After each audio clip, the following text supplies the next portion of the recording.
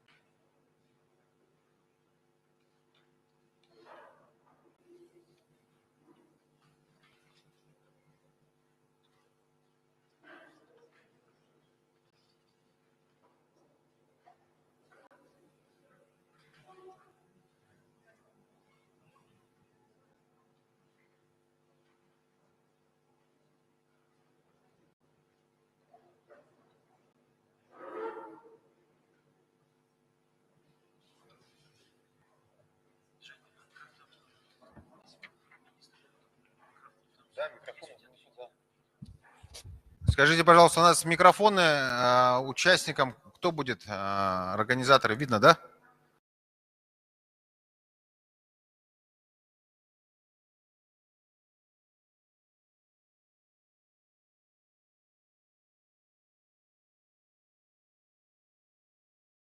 День, уважаемые горожане, участники нашего сегодняшнего отчета правительства республики, исполнительных органов власти на территории города Якутска. Сегодня наше мероприятие проходит в очно-заочном формате. Во всех 15 территориальных органах управления, начиная от наших пригородов и городских управ, собраны желающие активисты в среднем по 15-10 человек. 50 человек сегодня у нас присутствует здесь, в центре имени Гагарина. У нас мероприятие проходит под председательством Андрея Владимировича Тарасенко. По регламенту у нас сегодня запланировано следующим образом. Сначала будет видеоролик краткий, затем Анатолий Асколович Семенов, как куратор города Якутска от правительства, будет иметь отчет. Далее, будут задаваться вопросы, по 2-3 вопроса от каждого территориального органа управления. Мы выслушаем их и уже по ходу будут отвечаться на ваши вопросы. Мне отведена сегодня роль модератора. С вашего разрешения я буду помогать вести эту рабочую встречу.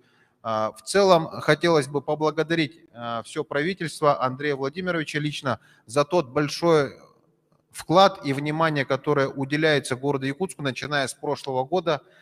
Мы под председательством Андрея Владимировича, его рабочей группы в прошлом году провели большую объемную работу, в результате которой нам были увеличены поступления по столичным функциям, были проведены работы по обновлению общественного транспорта, и увеличены в разы поступления в целом по нашим программам развития, по национальным проектам, в части софинансирования из республиканского бюджета. К слову, эта работа продолжена и в 2022 году. Буквально на прошлой неделе, в конце прошлой недели прошли уже ряд совещаний, второе совещание по тем вопросам, которые ставятся сегодня в развитии города Якутска.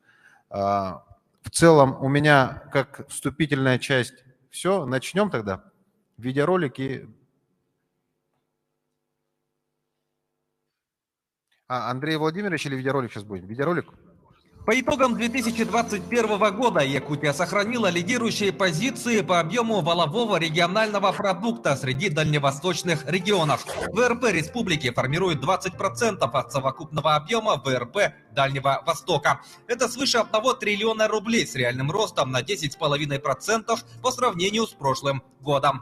Республика – один из лидеров по росту промышленного производства в стране и занимает 2-е место на Дальнем Востоке. Индекс промышленного производства в республике достиг максимального значения за 11 лет. Объем инвестиций в основной капитал составил 305 миллиардов рублей. Это на 131% больше, чем в 2020 году. Доходы государственного бюджета республики составили более 320 миллиардов рублей. Это на 28% выше уровня прошлого года. Это связано с увеличением поступлений налоговых и неналоговых доходов на 47%, безвозмездных поступлений на 8,4%. В республике построили и отремонтировали свыше 500 километров автомобильных дорог и 11 мостовых переходов в Ангинском, Горном, Кобяйском, Чурапчинском и Устьянском районах. До 70% от стоимости авиатарифа возместили якутянам для перелета по социально значимым направлениям. Такой возможностью воспользовались свыше 18 тысяч пассажиров в 23 районах республики. В кратчайшие сроки завершена реконструкция взлетно-посадочных полос в аэропортах Якутска, Алекминска, Нерюнгри и Жиганска. На причалах паромной переправы Якутск-Нижний Бестях провели работы по благоустройству. Также появились беспересадочные железнодорожные маршруты до Владивостока, Хабаровска, Иркутска и Благовещенска. Стартовал подготовительный этап строительства мостового перехода через реку Лену в районе города Якутска. В 2021 году в эксплуатацию ввели первый гибридный энергокомплекс в поселке Улахан-Кёль Верхоянского района. Его мощность составила свыше 1000 киловатт. Совместно с Русгидро продолжается модернизация объектов дизельной генерации и станций с возобновляемыми источниками энергии. В районах республики построили 18 новых котельных, 2 объекта по региональному проекту «Чистая вода». К центральному теплоснабжению подключили 1207 домов. Завершен капитальный ремонт в 166 многоквартирных домах, улучшены условия проживания более 24 тысяч якутян. Порядка 19 тысяч семей получили субсидии на оплату жилого помещения и коммунальных услуг. В 2021 году в пожароопасный сезон на территории республики зарегистрировано свыше 1600 лесных пожаров на общей площади почти 8 миллионов гектар. На борьбу с огненной стихией были привлечены более 26 тысяч человек, в том числе военнослужащих, сотрудников спасательных центров МЧС России из других регионов страны. Задействована самая крупная авиационная группировка за все годы в составе 52 воздушных судов. В Якутии продолжают вводить новые производственные мощности на промышленных объектах. В 2021 году ввели шахту «Восточная Денисовская» мощностью 4 миллиона тонн в год. Также запустили Нежданинское месторождение в Тампонском районе производительностью 2 миллиона тонн руды в год. Ввод производственных мощностей Нежданинского ГОК и расширение инвестиционных возможностей позволили достичь показателя добычи золота в 42 тонны. Ввели новые производственные мощности в Эльгинском угольном комплексе, что позволило увеличить добычу угля почти до 26 миллионов тонн. В мае 2021 года подписано соглашение между правительством Республики Саха-Якутия и акционерной компанией «Алроса» о социально-экономическом развитии республики до 2025 года. В нем обозначены основные направления и параметры социальной ответственности компании. Ввод жилья составил 573,6 тысяч квадратных метров. Расселено 12 тысяч человек из 215,5 тысяч квадратных метров. Обеспечено жильем 1106 граждан льготных категорий. По 5 объектам публично-правовой компании «Фонд защиты прав граждан» участников долевого строительства осуществлены выплаты 269 гражданам на общую сумму 519,26 миллионов рублей. Количество объектов в реестре проблемных объектов уменьшилось с 14 до 6. Количество обманутых дольщиков сократилось с 1019 до 539 человек. Привлечены инфраструктурные бюджетные кредиты в размере 4,1 миллиарда рублей на обеспечение инженерной и социальной инфраструктуры жилищного строительства. За прошлый год в службу занятости обратились порядка 41 тысячи человек, из которых 19 тысяч уже трудоустроено, в том числе на постоянные рабочие места. 39 тысяч безработных граждан республики получили социальные выплаты. Валовая продукция сельского хозяйства Якутии оценивается в свыше чем 26 миллиардов рублей. Отмечается рост поголовья сельхозживотных. Заготовлено 385 тысяч тонн сена. Дополнительно из резервного фонда правительства России выделена поддержка на завоз кормов из других регионов. 38 начинающих фермеров получили гранты «Агростартап». Создано 45 новых рабочих мест. 14 сельскохозяйственных потребительских кооперативов получили субсидии на строительство и модернизацию коровников. 19 семейных ферм получили гранты. Хозяйствам, пострадавшим от лесных пожаров, выделено 30 миллионов рублей на строительство 10 конебаз. Численность занятых в сфере малого и среднего предпринимательства в Якутии выросла на 20 тысяч человек. Республика остается лидером Дальнего Востока по уровню защищенности потребителей. Создано 4 дополнительных окна центра «Мой бизнес». Туристский поток в республике за 2021 год оценивается 115 тысяч человек. Созданы торгово-логистические центры в Абыйском и Устьянском районах. В Булунском районе дан старт федеральному проекту «Чистая Арктика». Утверждена концепция устойчивого развития коренных малочисленных народов Севера Республики на период до 2035 года. На федеральном уровне поддержан республиканский проект «Дети Арктики». В 2021 году в республике открыли 10 новых объектов здравоохранения, завершили капитальный ремонт 10 поликлиник и 3 районных больниц. Для медучреждений приобрели 18 единиц автотранспорта, в том числе 18 автомашин скорой помощи, 14 передвижных мобильных медицинских комплексов для проведения диспансеризации в отдаленных населенных пунктах. На модернизацию первичного звена здравоохранения из федерального бюджета привлечено 2 миллиарда 400 миллионов рублей. Продолжается реализация программ «Земский доктор» и «Земский фельдшер», по которым на работу в арктические районы привлекли 28 врачей и 10 фельдшеров. За последние 3 года объем средств, предусмотренных на поддержку семей с детьми, увеличился в 4 раза и составил 14,5 миллиардов рублей. Свыше 3000 семей получили меры поддержки при рождении или усыновлении первого ребенка. Региональным материнским капиталом на второго ребенка распорядились почти 1500 семей. На третьего ребенка или последующих детей также предоставлены ежемесячные денежные выплаты. Их получили почти 12 тысяч семей республики. За год в Якутии ввели 10 новых школ на 1320 мест, также 13 садов на 1710 мест, свыше 500 ясельных мест. В 2022-2023 годах при участии госкорпорации web.rf привлечено 4 миллиарда рублей на строительство 9 школ на 3000 мест в городе Якутске и пригородах. Республика вошла в общероссийскую программу капитального ремонта школ. В ближайшие годы на ремонт более чем 58 республиканских школ выделяется почти 3 миллиарда рублей. В районах республики продолжается строительство объектов культуры и спорта. Так, за 2021 год построили 7 таких объектов. Создано 11 муниципальных модельных библиотек. 9 детских школ искусств оснастили музыкальными инструментами и новым оборудованием. Завершено строительство 9 спортивных объектов. Всего за 2021 год якутские спортсмены завоевали в различных соревнованиях 92 медали. 97% государственных и муниципальных услуг в Якутии переведены в электронный формат. Построено около 3000 километров волоконно-оптических линий связи. К ним подключено 70 населенных пунктов в 18 районах республики. К сети интернет подключено свыше 1300 социально значимых объектов.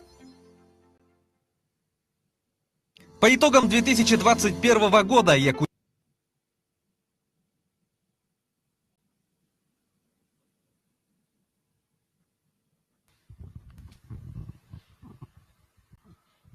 Пожалуйста, слово председателю правительства Андрей Владимирович Тарасенко. Добрый день, уважаемые жители столицы, жители городского округа, город Якутск. Я рад приветствовать вас сегодня и представить отчет правительства за 2021 год. Ну и, соответственно, ответить на ваши вопросы, выслушать пожелания и предложения по развитию городского округа. Мы сегодня имеем столицу в республике и много, конечно, вопросов, которые нам надо порешать.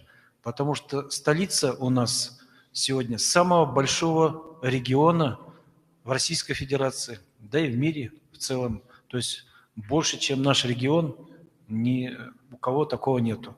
Но столица наша немножко выглядит, как сказать, слабой. Поэтому сегодня задача главы республики поставлена сделать столицу красивой, мощной, и с тем, чтобы у нас здесь были все условия жизни, все условия работы, и, соответственно, чтобы мы могли принимать гостей, друзей в столицу и показывать масштабы и красоту нашей республики. Вот я во многих городах так был. Вы знаете, был в Хабаровске в свое время, когда еще не было красивой набережной в Хабаровске. Город был никакой. Был Благовещенский, когда еще тоже набережной не было. Красоты не было. И вот мы живем возле реки Лена, а такой красивой набережной у нас нету. Вот одна из задач, тоже поставленная главой, сделать красивую набережную у реки, сделать все возможное сегодня, чтобы наш город был красавцем. Мы в том году успели, заложили средства и начали проектные работы по созданию такой красивой набережной. То есть у нас будет огромный такой кусок земли, в который мы сможем построить еще красивых много домов и целую огромную часть, 1/3 почти что города, который может у берегов Лены появиться. Также мы заложили очень интересные сегодня программы в части закупки автобусов. Первая партия автобусов уже пришла, красивых, вот сделаны по дизайну, которые заказали отдельно. Свет, мы тоже здесь прорабатываем вопрос дизайна, освещения города. Соответственно, прорабатываем вопрос, хотелось бы нормально уже иметь свой таксопарк, который мог бы в действительности давать такие услуги по туристам и жителям самой столицы, ну и жителям республики. Соответственно, хочется связать город наш, связать столицу нашу с улусами, чтобы были автобусные сообщения, чтобы можно было приезжать сюда, соответственно, и любоваться красотой. Соответственно, хочется, чтобы у нас здесь хорошие были бизнес-центры созданы, которые позволят развивать в республике бизнес.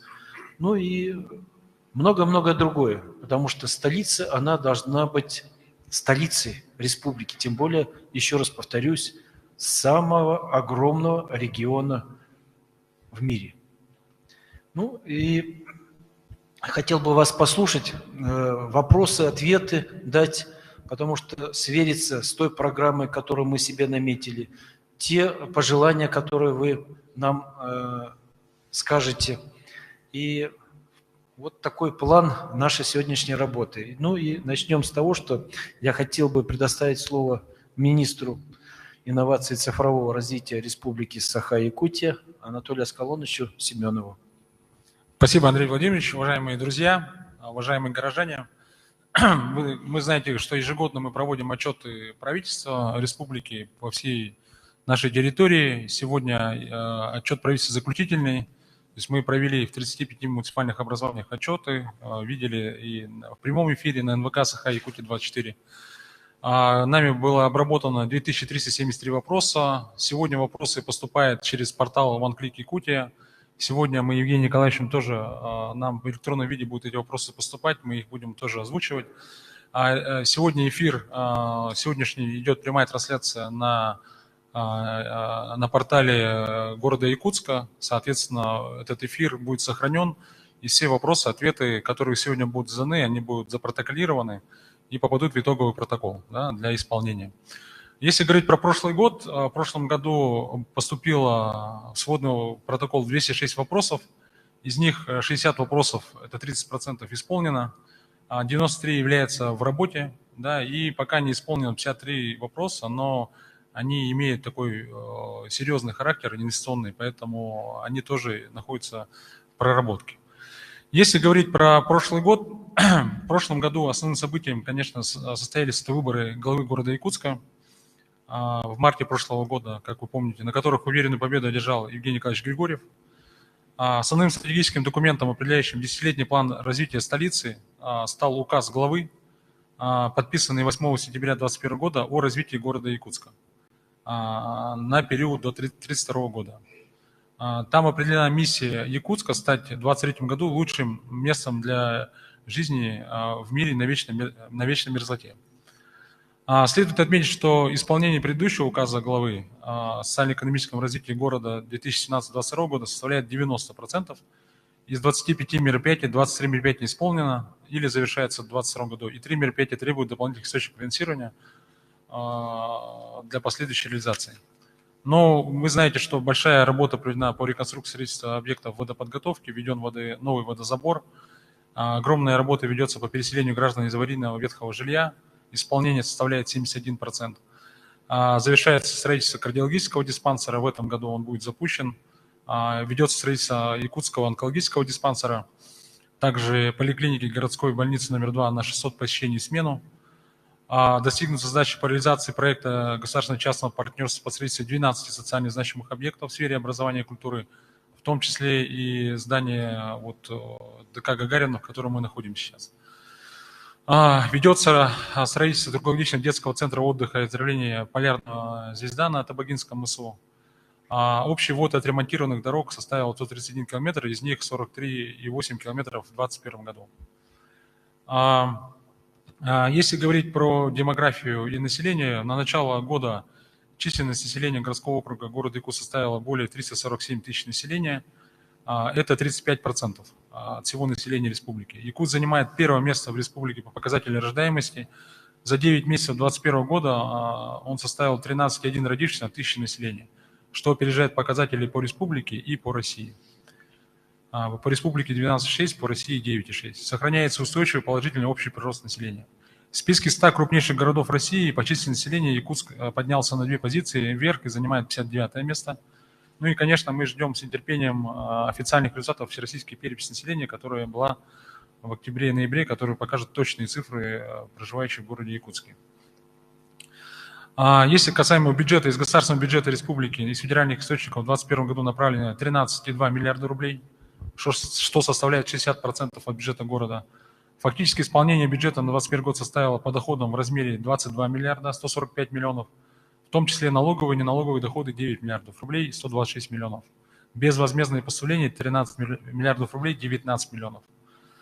Из позитивных моментов хотим отметить существенный рост показателей бюджета по собственным доходам и по расходам, а также по межбюджетным трансфертам по сравнению с 2020 и до пандемии на 2019 году. У нас на слайде показатели видны, вам, наверное, все это видно.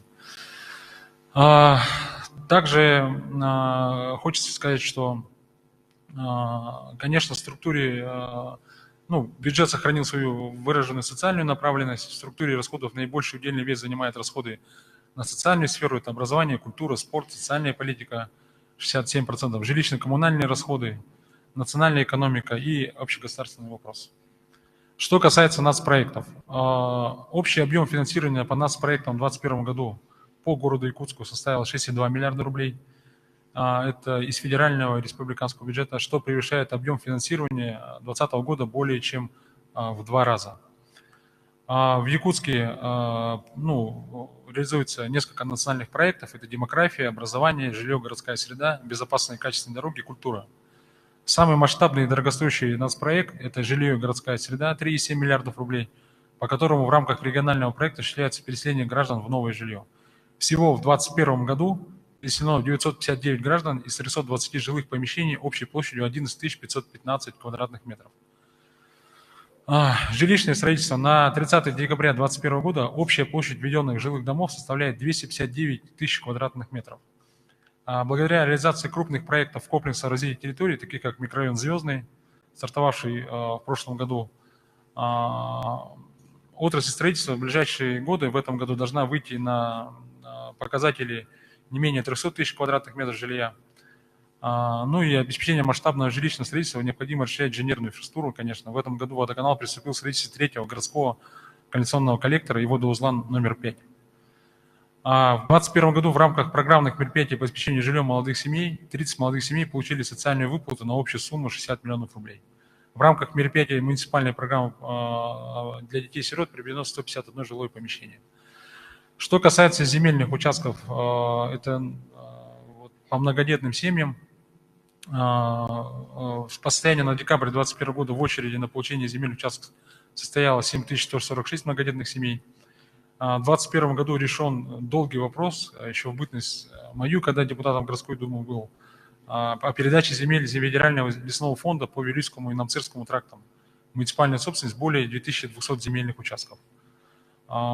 Конечно, вопрос этот не быстрый, на соблюдение всех предусмотренных законом процедур потребуется около 1,5 лет, но это речь о том, что эти земельные участки будут передаваться многодетным семьям. Также продолжается работа с Росимуществом, и на Маганском тракте более 1000 земельных участков выделены для последующего предоставления их многодетным семьям. Что касается сферы образования, в числе ключевых приоритетов в работе всех уровней власти в рамках нацпроекта вводятся дополнительные группы в детских садах. Завершено строительство школы-сада в микрорайоне Кангаласа на 320 мест, детского сада в квартале Новопортовской на 240 мест.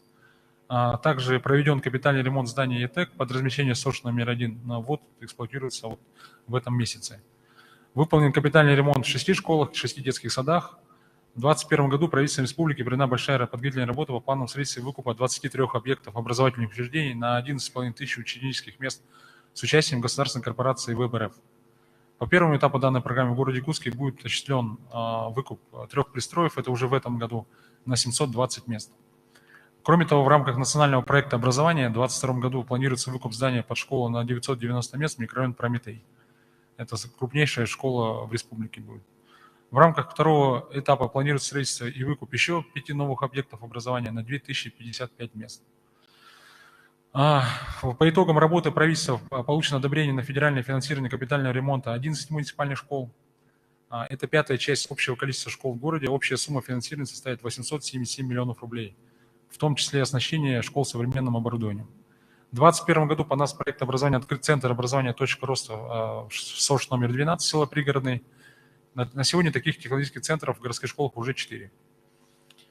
Также особо наши отрасли это радует, что создан Центр цифрового образования детей IT-Куб в здании центра по адресу улицы Горького. Что касается социальной поддержки населения, в городе Якутске проживает наибольшая часть ветеранов республики. На 1 декабря количество участников ВОВ составляет 23 человека, вдов 185, жителей блокадного Ленинграда 15 человек, ветеранов тыла 1190 человек, детей ВОВ 7766 человек. По итогам работы Минтруда в 2021 году государственная социальная помощь малоимущим семьям и малоимущим одиноко проживающим гражданам получила 1222 семьи на сумму 84,7 миллионов рублей. Также с 2021 года оказана материальная помощь 121 семье на лечение и реабилитацию детей-инвалидов на общую сумму более 5 миллионов рублей. Единовременно адресная материальная помощь малоимущим отдельным категориям граждан на газификацию недальних жилищных домов оказана 47 семьям, оказана единовременная адресная материальная помощь в проведении благоустройства жилого помещения 6 ветеранам тыла, а также оказана материальная помощь в проведении текущего ремонта 75 ветеранам. Самый огромный проект, тоже большой, это нацпроект «Безопасные и качественные дороги». Как вначале уже было отмечено и в видеоролике, и в словах выступления, успешно реализуется в Якутске уже 3-й год. В прошлом году рекордная сумма 2,3 миллиарда рублей, и ремонтированных дорог длина составляет 48,3 километров. Это абсолютно рекордные цифры, повторюсь, и в этом году темпы не снижаются. Поэтому вот сегодня идут многие жалобы, я предвкушаю вопросы по пробкам, да, то, что у нас происходит, но людям иногда, когда дороги не отремонтированы, жалуются, когда ремонт начинается, тоже как бы дискомфорт, но я прошу всех горожан проявить как бы терпение, потому что эти работы мы должны выполнить. Что касается уличного освещения, это не могло быть незамеченным, наверное, вы все заметили. В уходящем году в Якутске благодаря поддержке из республиканского бюджета установлено 646 новых опор и 732 светильника на 34 объектах, а общая протяженность новых линий наружного освещения составляет 24 километра. Это больше в 2 раза показатель 2020 года, и половина из них, что радует, устанавливается именно в пригородах, да, то есть там, где у нас неосвещенные участки, и в 2022 году эту программу намерены продолжить, возможно, будет концессия, и мы с помощью концессии сделаем эту программу еще больше. Что касается транспортной инфраструктуры, важнейшим направлением в сфере общественного транспорта является обновление парка автобусов. Вы внимательно следите за новостями, наверное. В середине декабря подписано соглашение о приведении для внутреннего парка 55 новых автобусов при поддержке республики. Уже 15 прибыли в город Якутск, да, еще 10 выйдут на муниципальные перевозки. Да, и также 35 в лизинг для перевозчиков Союз Авто. Таким образом, при поддержке республики в этом году Якутск получит 100 новых автобусов. Также продолжается работа по теплым остановкам. 20 теплых остановок в прошлом году было установлено, в этом году работа продолжится. По благоустройству дворов. При поддержке главы Республики горожан в Якутске объявлено 3-летие благоустройства, главной целью которого является ремонт благоустройства дворов жилых микрорайонов, многоквартирных проездов, многие из которых сегодня находятся в плачевном состоянии. В прошлом году было благоустроено 15 дворовых территорий. В юбилейном для республики в 2022 году поставили задачу благоустроить 75 дворовых территорий, в том числе 45 дворов по проекту главы «Мой двор» и 30 дворов по проекту «1000 дворов на Дальнем Востоке». Ну и также хочется отметить, что делаются спортивные площадки, воркаут-зоны. Таких было в прошлом году 15, и эта работа будет продолжена.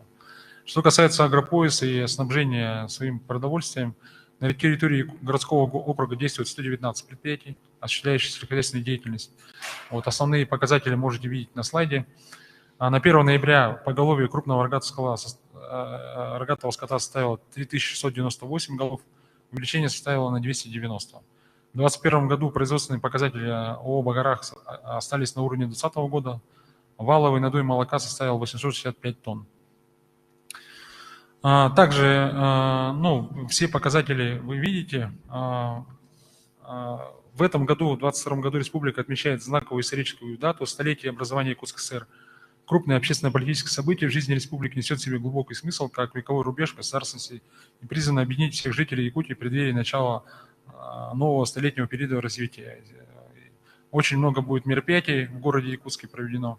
В том числе очень надеемся, что наконец-то в Якутск вернется Сех Туймады, да, и мы все вместе его отпразднуем.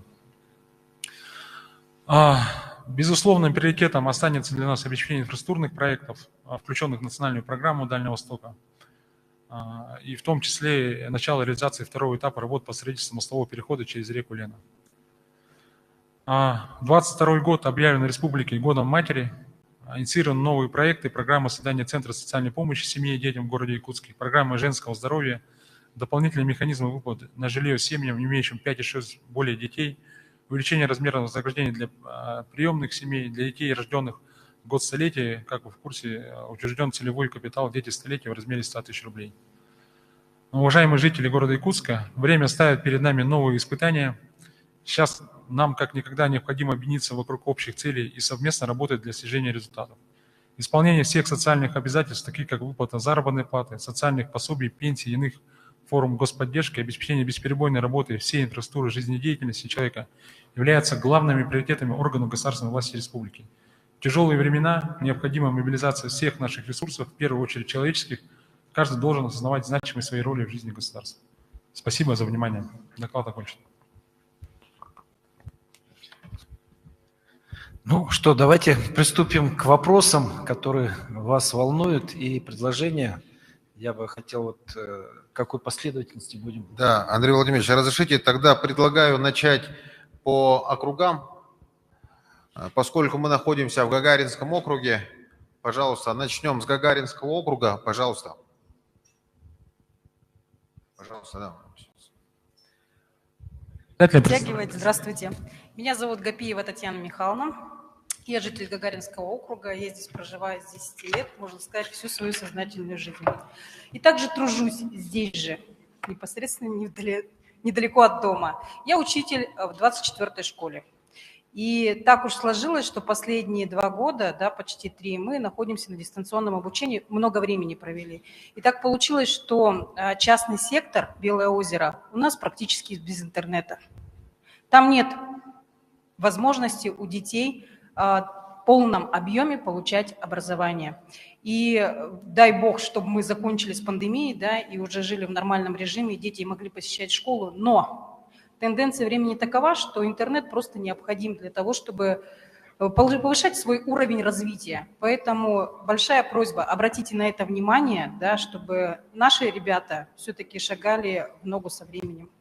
Спасибо. Спасибо, Татьяна Михайловна. Да, вопрос хороший, правильный, потому что сегодня всех волнует скорость интернета, какой интернет и так далее, и так далее. Поэтому я считаю, что в действительности вот те условия, которые у нас созданы были когда-то, время идет, надо совершенствовать, надо делать.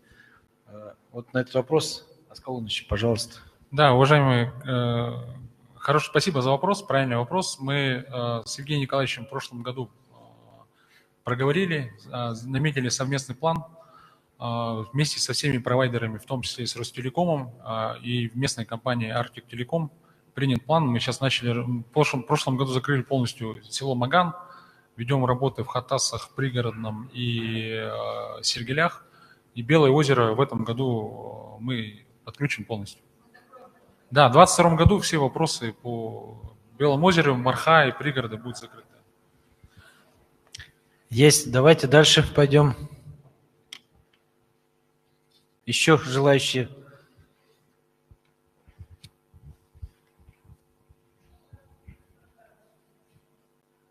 В зале. Да, в микрофон, пожалуйста, и представьте себя, Колпачкова протокол. Наталья Николаевна, житель Гагаринского округа. Мы знаем, что в Республике Саха-Якутия одним из приоритетных направлений патриотического воспитания граждан является деятельность регионального всероссийского детского юношеского военно-патриотического общественного движения «Юнармия». В Республике Саха-Якутия юноармейское движение активно развивается и объединяет общими идеями и задачами новых юных граждан. Но, к сожалению, материально-техническая база, расположенная на Дом юной армии, который расположен в детском подростковом центре, не отвечает в полной мере требованиям и имеет только 2 учебных кабинета, что довольно-таки мало, а участников юноармейского движения более 2500. Поэтому необходим единый специализированный учебно-воспитательный комплекс. Отсюда возникает вопрос: необходимость строительства Дома юной армии на земельном участке, освобожденном на месте призывного пункта. Скажите, пожалуйста, возможно это или нет? Были ли ранее рассмотрены вопросы в этом направлении? Спасибо за вопрос, Наталья Николаевна. В действительности мы сегодня выделяем огромную озадаченность о том, что надо сегодня нашу молодежь воспитывать и патриотическом таком направлении и давать ей возможности, чтобы она развивалась. У нас есть 2 сегодня направления. Это Юнармия, Авангард и ДОСААФ. Юнармия, Авангард – это единое такое движение. А вот ДОСААФ, вы помните, еще при СССР был, но забывать такую систему, которая сегодня действует, нельзя. Поэтому мы договорились сегодня, мы готовим глобальные изменения в этой части. Мы хотим объединиться и ДОСААФ, и Юнармия, и Авангард в такой системе создания хорошего комплекса для наших детей, чтобы они могли в действительности воспитываться и дальше двигаться в направлении. Мы сегодня запросили Министерство обороны 22 единицы техники, которая приехала, мы ее сейчас устанавливаем. С ДОСААФ мы сегодня готовим общее соглашение, в котором они нам сегодня предоставят свою технику, там, начиная от 400 самолетов Ан-2 и кончая там различные техники, которые у них сегодня очень много. И, соответственно, мы хотим создать, как раньше были такие детские, юношеские клубы, авиамоделизм, судомоделизм и так далее. То есть техники различные, которые могли там готовиться, автошколы и так далее, где дети могли развиваться технически и уже мечтать, кем они в будущем станут. Поэтому в действительности одна из задач стоит – это строительство такого центра, который позволит нам дальше двигаться. И глава республики поставил эту задачу. Мы сейчас вот военкомат освободили, правильно вы заметили, это место, и на нем будем проектировать, делать все вот эти новые такие здания. Ну и сразу скажу дальше, там молодежи сегодня у нас тоже стоит задача уже старшего поколения, который уже вышел с школы, тоже мы озадачены, и глава тоже поставил задачу приобрести, посмотреть какой-то дворец молодежи, где могли бы тоже вот эту всю волну детей и развития наших уже взрослых детей, как говорят, дать возможность, чтобы они тоже там же собирались, то есть такой создать центр, по которому можно было дальше воспитывать и помогать в первых шагах молодости на уже рабочих местах. Спасибо.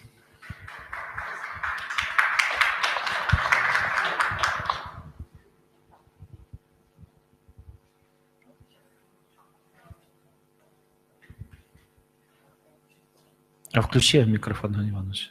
Игорь Владимирович, мы, значит, протокольно отметим, да, что на месте этого призывного пункта возможность комплексного строительства под общественными организациями «Авангард», «Юная армия», ДОСААФ, ну, как вариант, да. Да. Мы уже планируем вот этой части, потому что вы видели, там земли очень много, земля очень интересная, и Спасибо. ее хотелось использовать очень качественно и правильно. Всем здравствуйте. Меня зовут Барщик Вера Леонидовна. Я проживаю в Гагаринском округе с 1990 года. Тружусь в аэропорту Якутск, старший инспектор службы авиационной безопасности. Мы наглядно с вами посмотрели, сколько сделано для нашей республики, столько нерешимых проблем, столько задач. Мы хотим поблагодарить в первую очередь и правительство, и все структуры, и каждого работника, да и каждого жителя, кто неравнодушен к нашим проблемам, кто делает наш город краше, старается на процветание и благосостояние нашей республики и города Якутска. Вопрос наш такой, важный, наболевший: строительство городской больницы.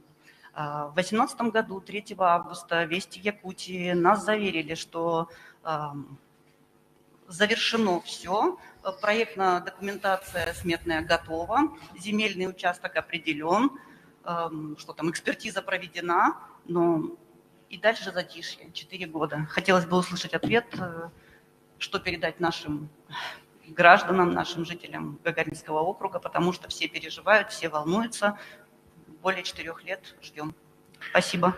Спасибо большое. Вот я думаю, Ольга Валерьевна у нас на связи. Елена Николаевна есть, да? Елена Николаевна, пожалуйста, давайте тогда, дайте ответ. Добрый день, уважаемые жители города. Добрый день, уважаемый Евгений Николаевич. Но то, что касается строительства Якутской городской больницы, поликлиники номер 2, это вопрос очень такой долгий.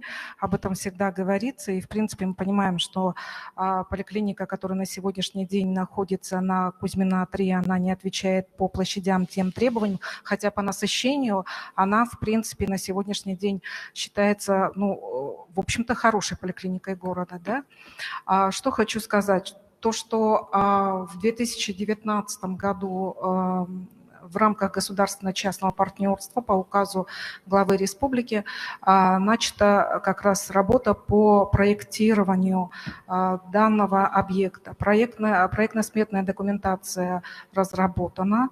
На сегодняшний день она проходит экспертизу. Вы совершенно верно сказали о том, что и участок определен, Севастопольская 2, да, и, собственно, мы знаем, какое даже уже помещение, какое здание будет, какие площади будут, но, в общем-то, на сегодняшний день проходит экспертиза именно сметной части, потому что мы видим, что жизнь ведь идет вперед, идет некоторое удорожание всего, и строительной части, и оборудования, так что где-то, наверное, в течение первого квартала какая-то информация уже будет по экспертизе.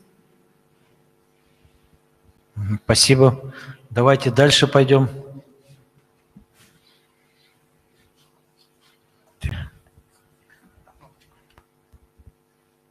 Здрасте. Киселев Иван Валерьевич, житель частного сектора Гагаринского округа. У меня вопрос по поводу водоснабжения. Когда начнут работы?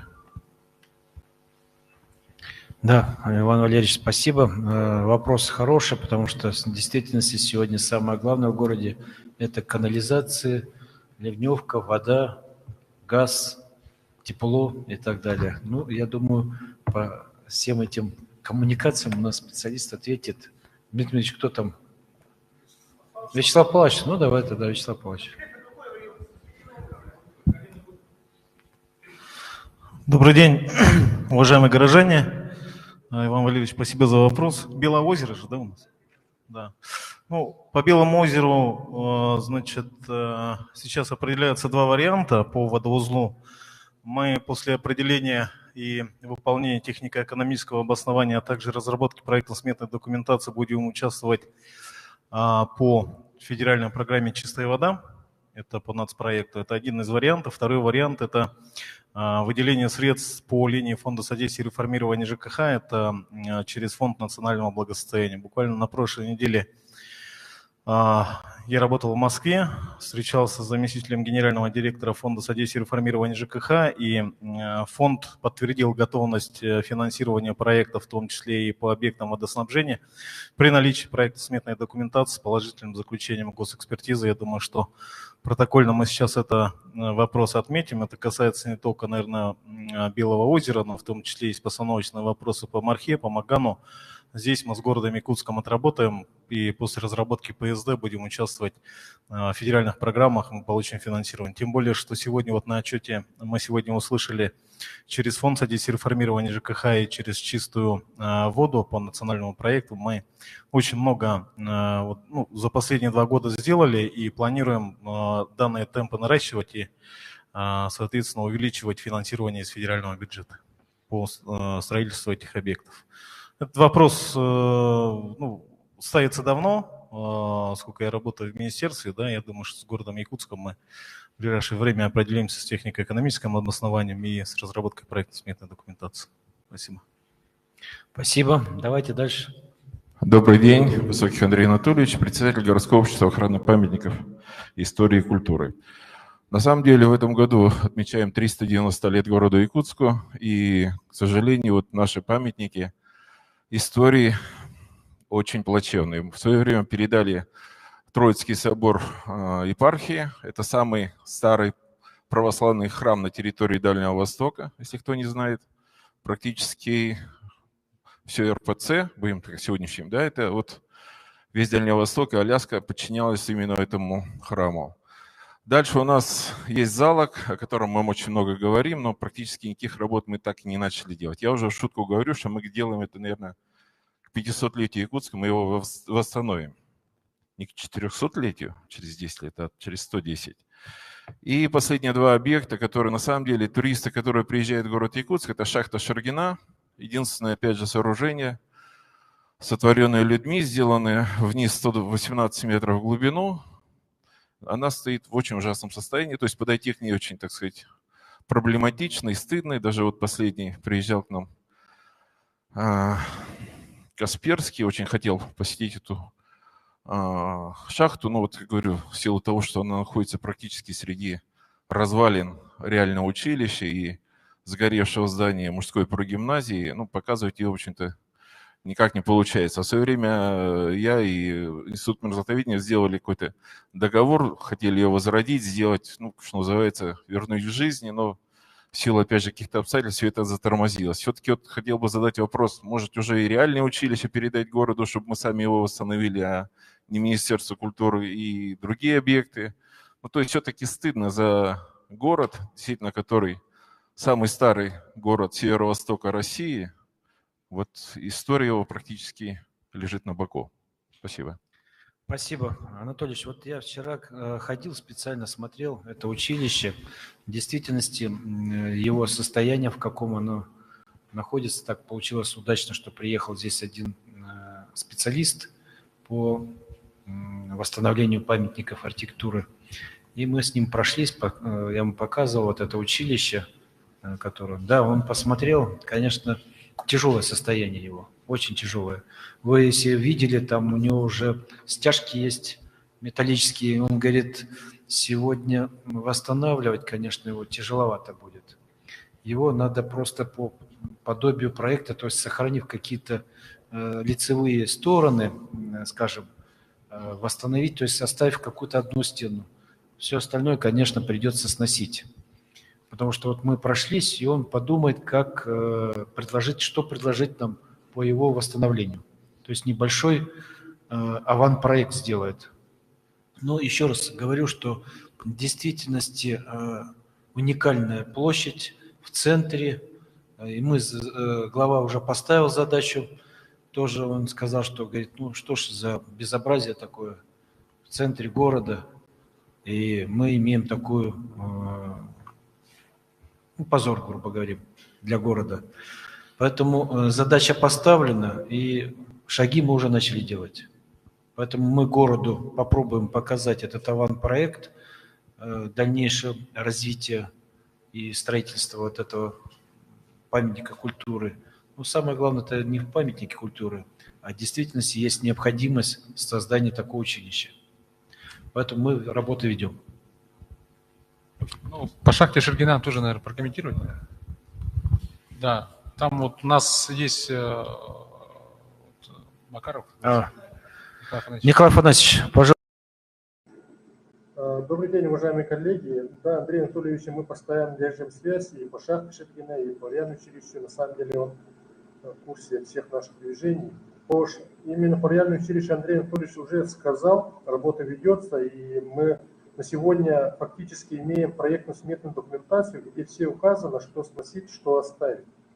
И в скором времени у нас на руках будет. По шахте Шергина есть проект по ремонтированию, но и этот проект по ремонту шахты Шергина был нами подготовлен совместно как раз с Андреем Анатольевичем. Как мы будем его содержать, как мы будем его восстанавливать. Поэтому, Андрей Анатольевич, нам необходимо будет встретиться и обговорить детали его восстановления.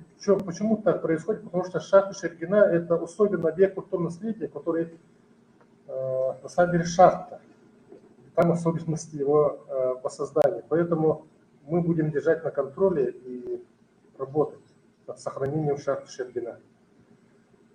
Есть одна особенность, Андрей Анатольевич, если разрешите, скажу, что параллельно сейчас очень скоро будет готов проект восстановления Якутской мужской прогимназии, которая находится фактически в 5 метрах от шахты Шергина. Нам главное сейчас состыковать моменты, чтобы ремонтные работы, восстановительная работа по мужской прогимназии не влияли пагубно на шахту Шергина. Есть такие опасения, которые мы изучаем, и эксперты скоро свое мнение скажут.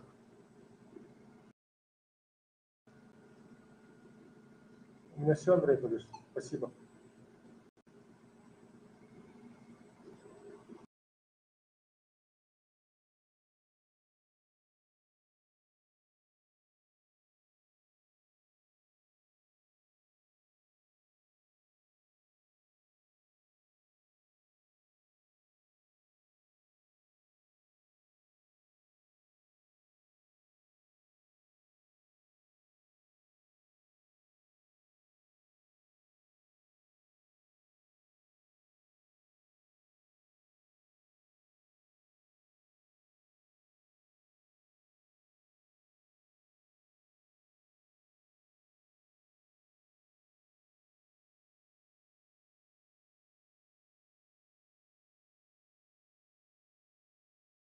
Злободневный вопрос, который они, оказывается, ставят с 2002 года.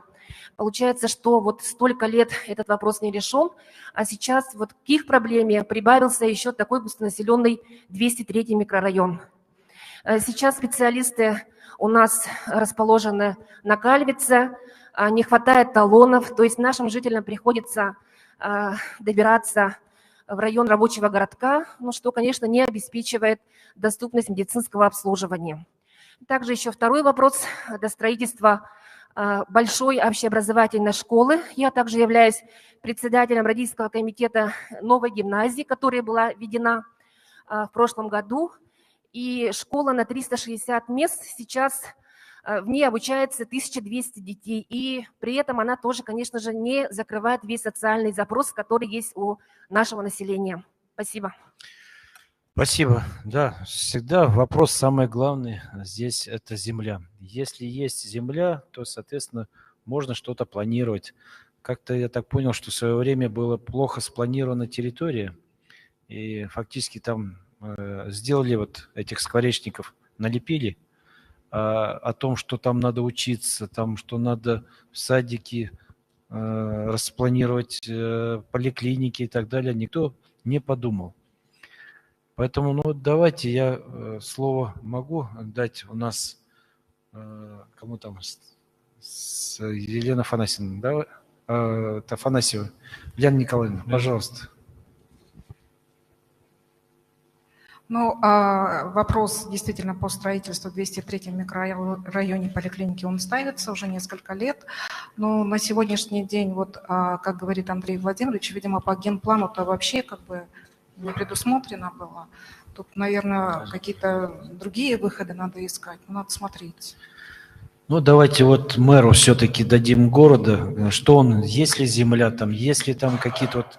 Я хотел бы узнать, потому что в действительности любое планирование сегодня у нас, как говорят, первая ночь посвящается всегда, вот мэр дает такие направления. Поэтому мы должны понимать, что сегодня есть там.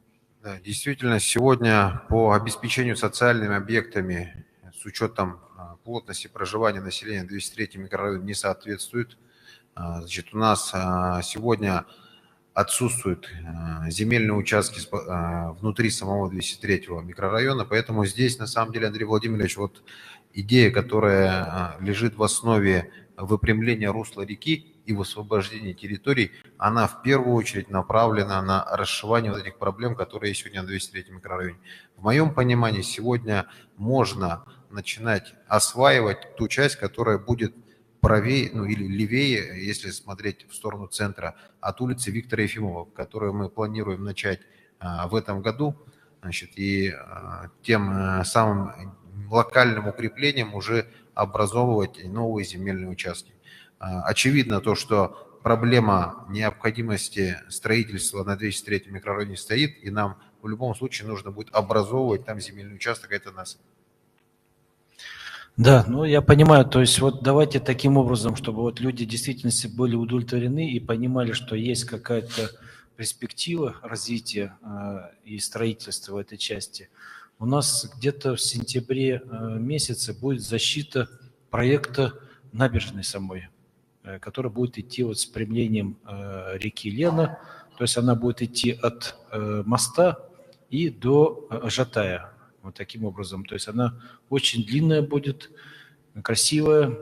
И, соответственно, мы много там планируем различных с сохранением проток, которые останутся, соответственно, намыва территории, которая будет использована для строительства, начиная с социальных объектов, то есть красивого такого города, культурного города вот в этой части. Спасибо.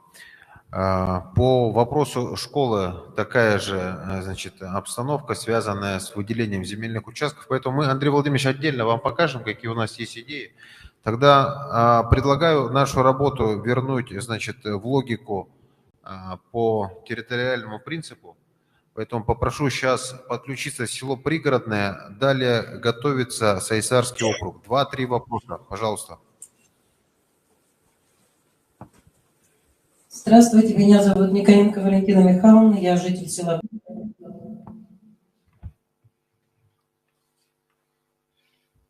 Да-да, пожалуйста. Пропал звук.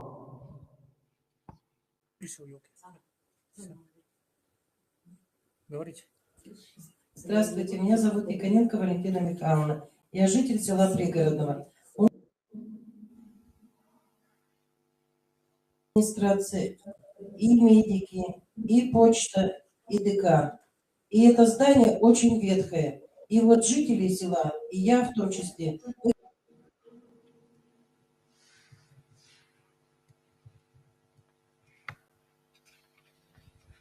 Пропадаете? Вообще вот вопросы даже не слышим.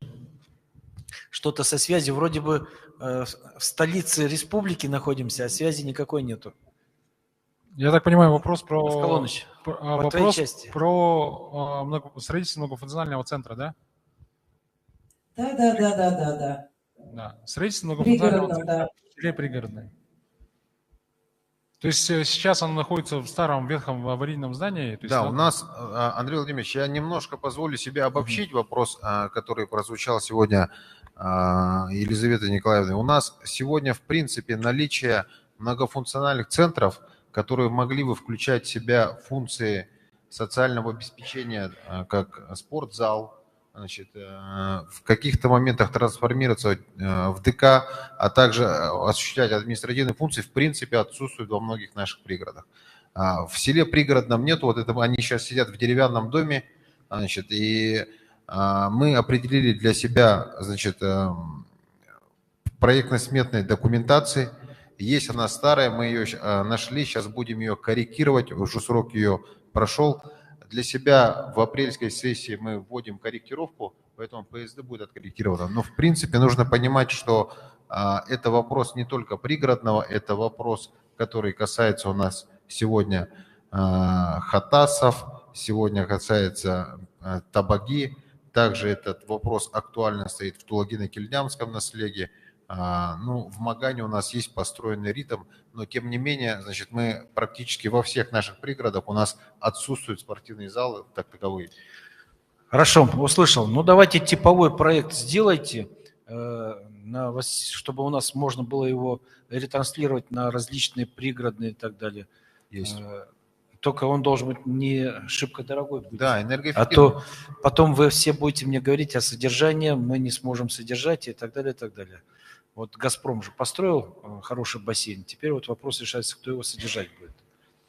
Поэтому еще раз просьба, давайте типовой, отработайте проект, и мы подключимся тогда вместе в его работу, создание такого нормального в действительности центра. Хорошо, спасибо. Пожалуйста, дальше. Орлова Татьяна Владимировна.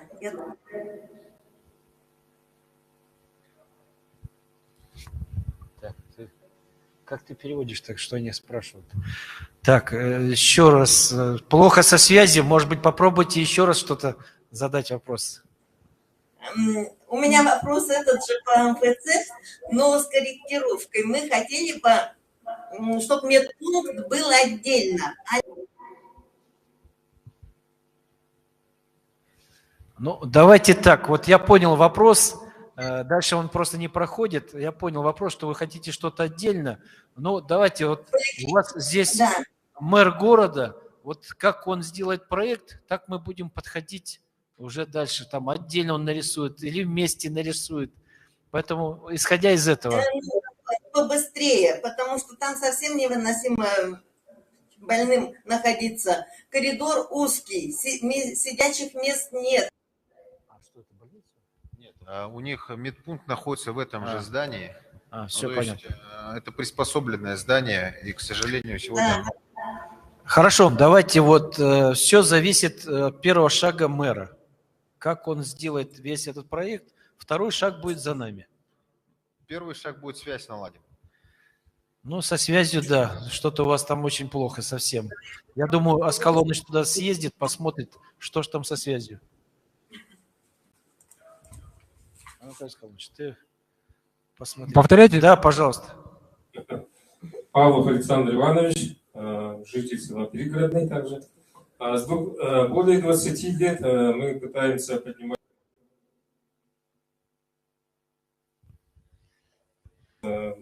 Евгению Николаевичу превентивные меры. Были произведены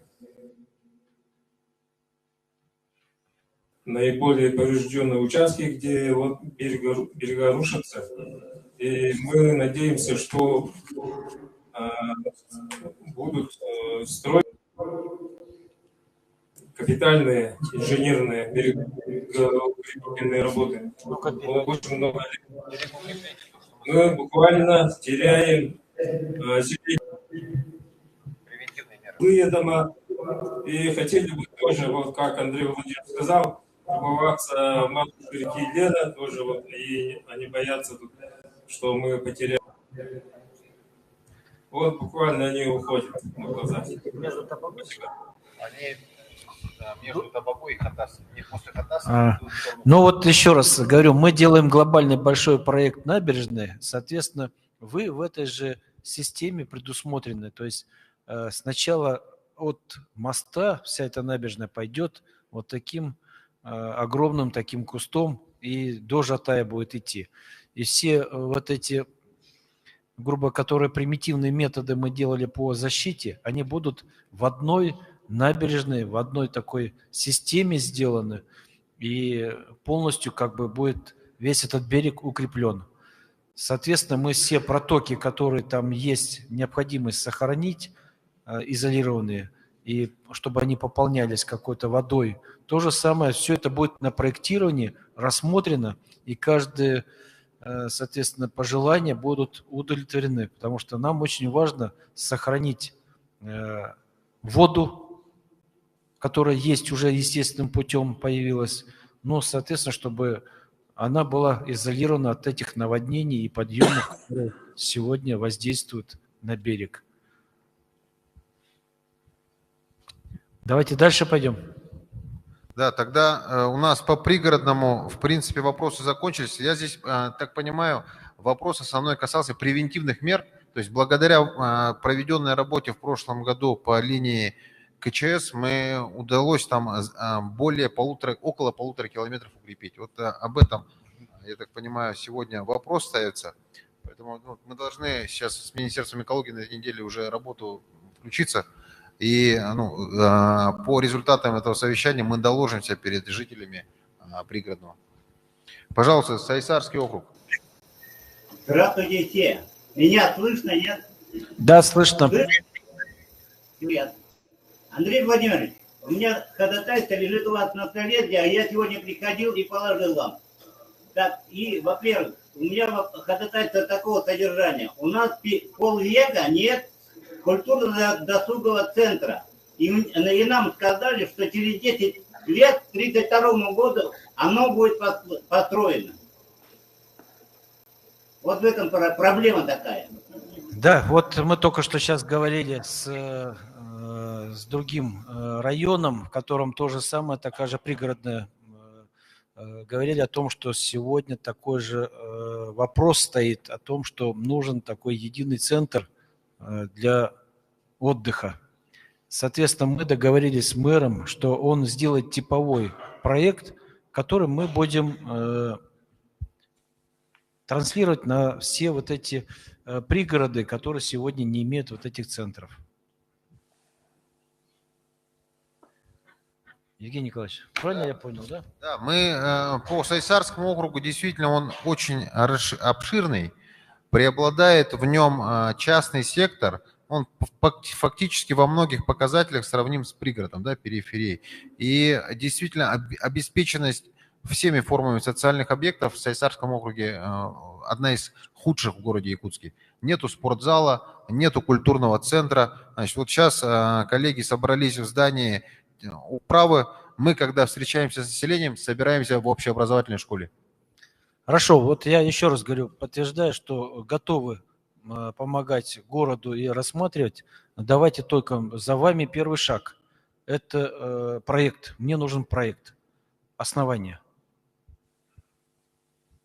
Хорошо, мы тогда подготовим предложение. Спасибо. Пожалуйста, дальше. Алло, здравствуйте.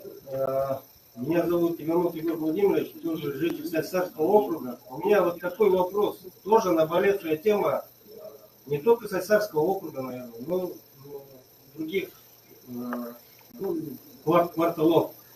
О включении в тариф управляющим компаниям или ресурсоснабжающим организациям на обслуживание выпуска системы канализации от жилого дома до канализационного колодца.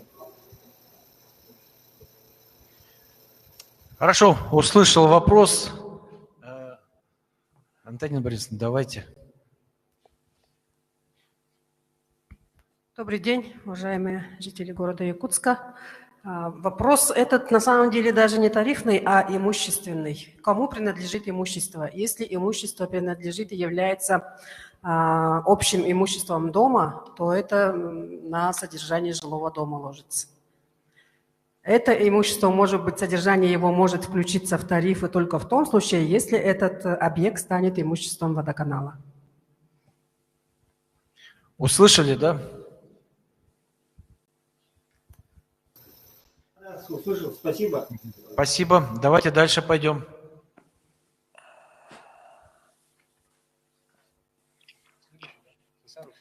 Сайсаров, все, спасибо. Пожалуйста, микрорайон Кангаласы, готовится промышленный округ. Здравствуйте. Я Уварова Раиса Михайловна.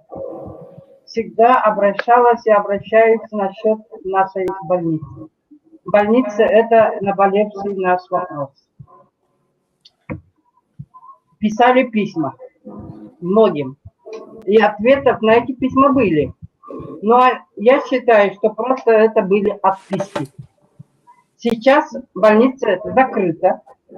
Они переехали в необорудованное помещение, где заняли 3 комнаты, которые совсем маленькие. Дневного стационара поэтому нет ни для взрослых, ни для населения, ни для ветеранов. Все же решать-то этот вопрос надо как-то. Без больницы оставляете не только взрослых ветеранов, но и детей. Эта оптимизация, так называемая ваша, довела нас уже до ручки. Я предлагала и предлагаю приехать в поселок, жить тех, от кого зависит этот вопрос. Приехать со своими пожилыми родителями, с детьми, и тогда посмотрели бы мы, как они будут выживать в этих условиях, как будет доезжать до них скорая помощь. И еще, в больницу нашу приезжает до сих пор детский врач 2 раза в неделю из Тулагина. В остальные дни надо ездить туда же, в Тулагина. А теперь этот детский врач принимает в радиоцентре, что от нас дальше еще. От остановки с детьми идти очень далеко. Поэтому нам нужна эта больница как никогда. И еще вопрос о медицине. У нас до сих пор болеют ковидом. Она же ведь, этот ковид ведь не совсем исчез. Недавно пожилого человека отправили в стационар на лечение на автобусе. Доехав до города, родственники вызвали такси. И доехав до больницы, кое-как нашла, где этот стационар. Но вопрос такой, а скольких она людей заразила, когда ехала в автобусе и на такси? Почему нельзя проработать и этот вопрос? Пожалуйста, продумайте все вопросы о медицине. Хорошо, спасибо. Давайте сделаем следующим образом. Вот через 2 недели я буду здесь, приеду, и мы с мэром и министром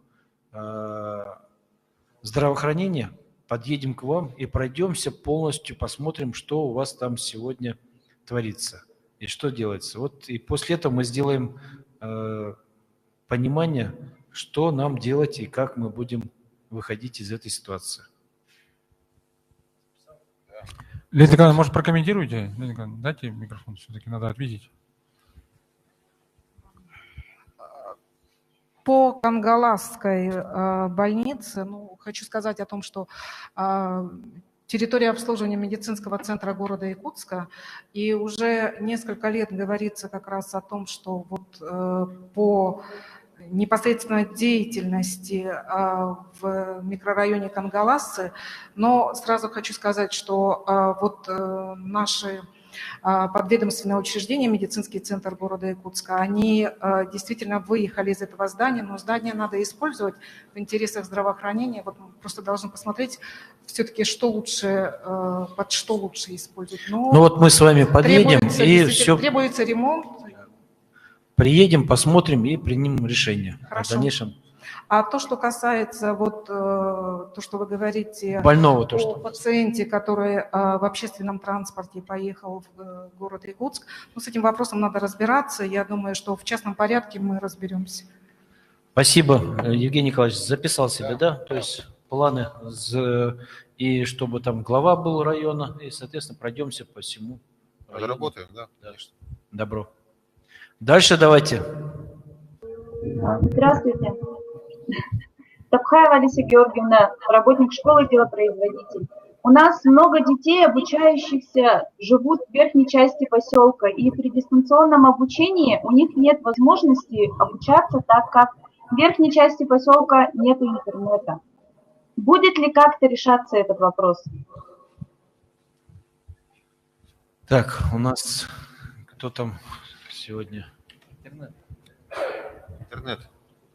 Анатолий Солонович, по Кангаласам, по горе Верхней. Ну, там же у нас Кангаласы, часть поселка на горе, часть внизу. Школа внизу, наверху живут школы. Дети, которые учатся в школах, и интернет спрашивают. Да, спасибо за вопрос, коллеги. Мы сейчас, как вы знаете, в свое время, благодаря развитию Тора Кангаласа, туда провезли оптоволокно. Помню, в свое время ставили вопрос, в том числе по этому вопросу. Сейчас мы с мобильными операторами сделаем радиологическое исследование, и придется, скорее всего, вышки поднимать наверх.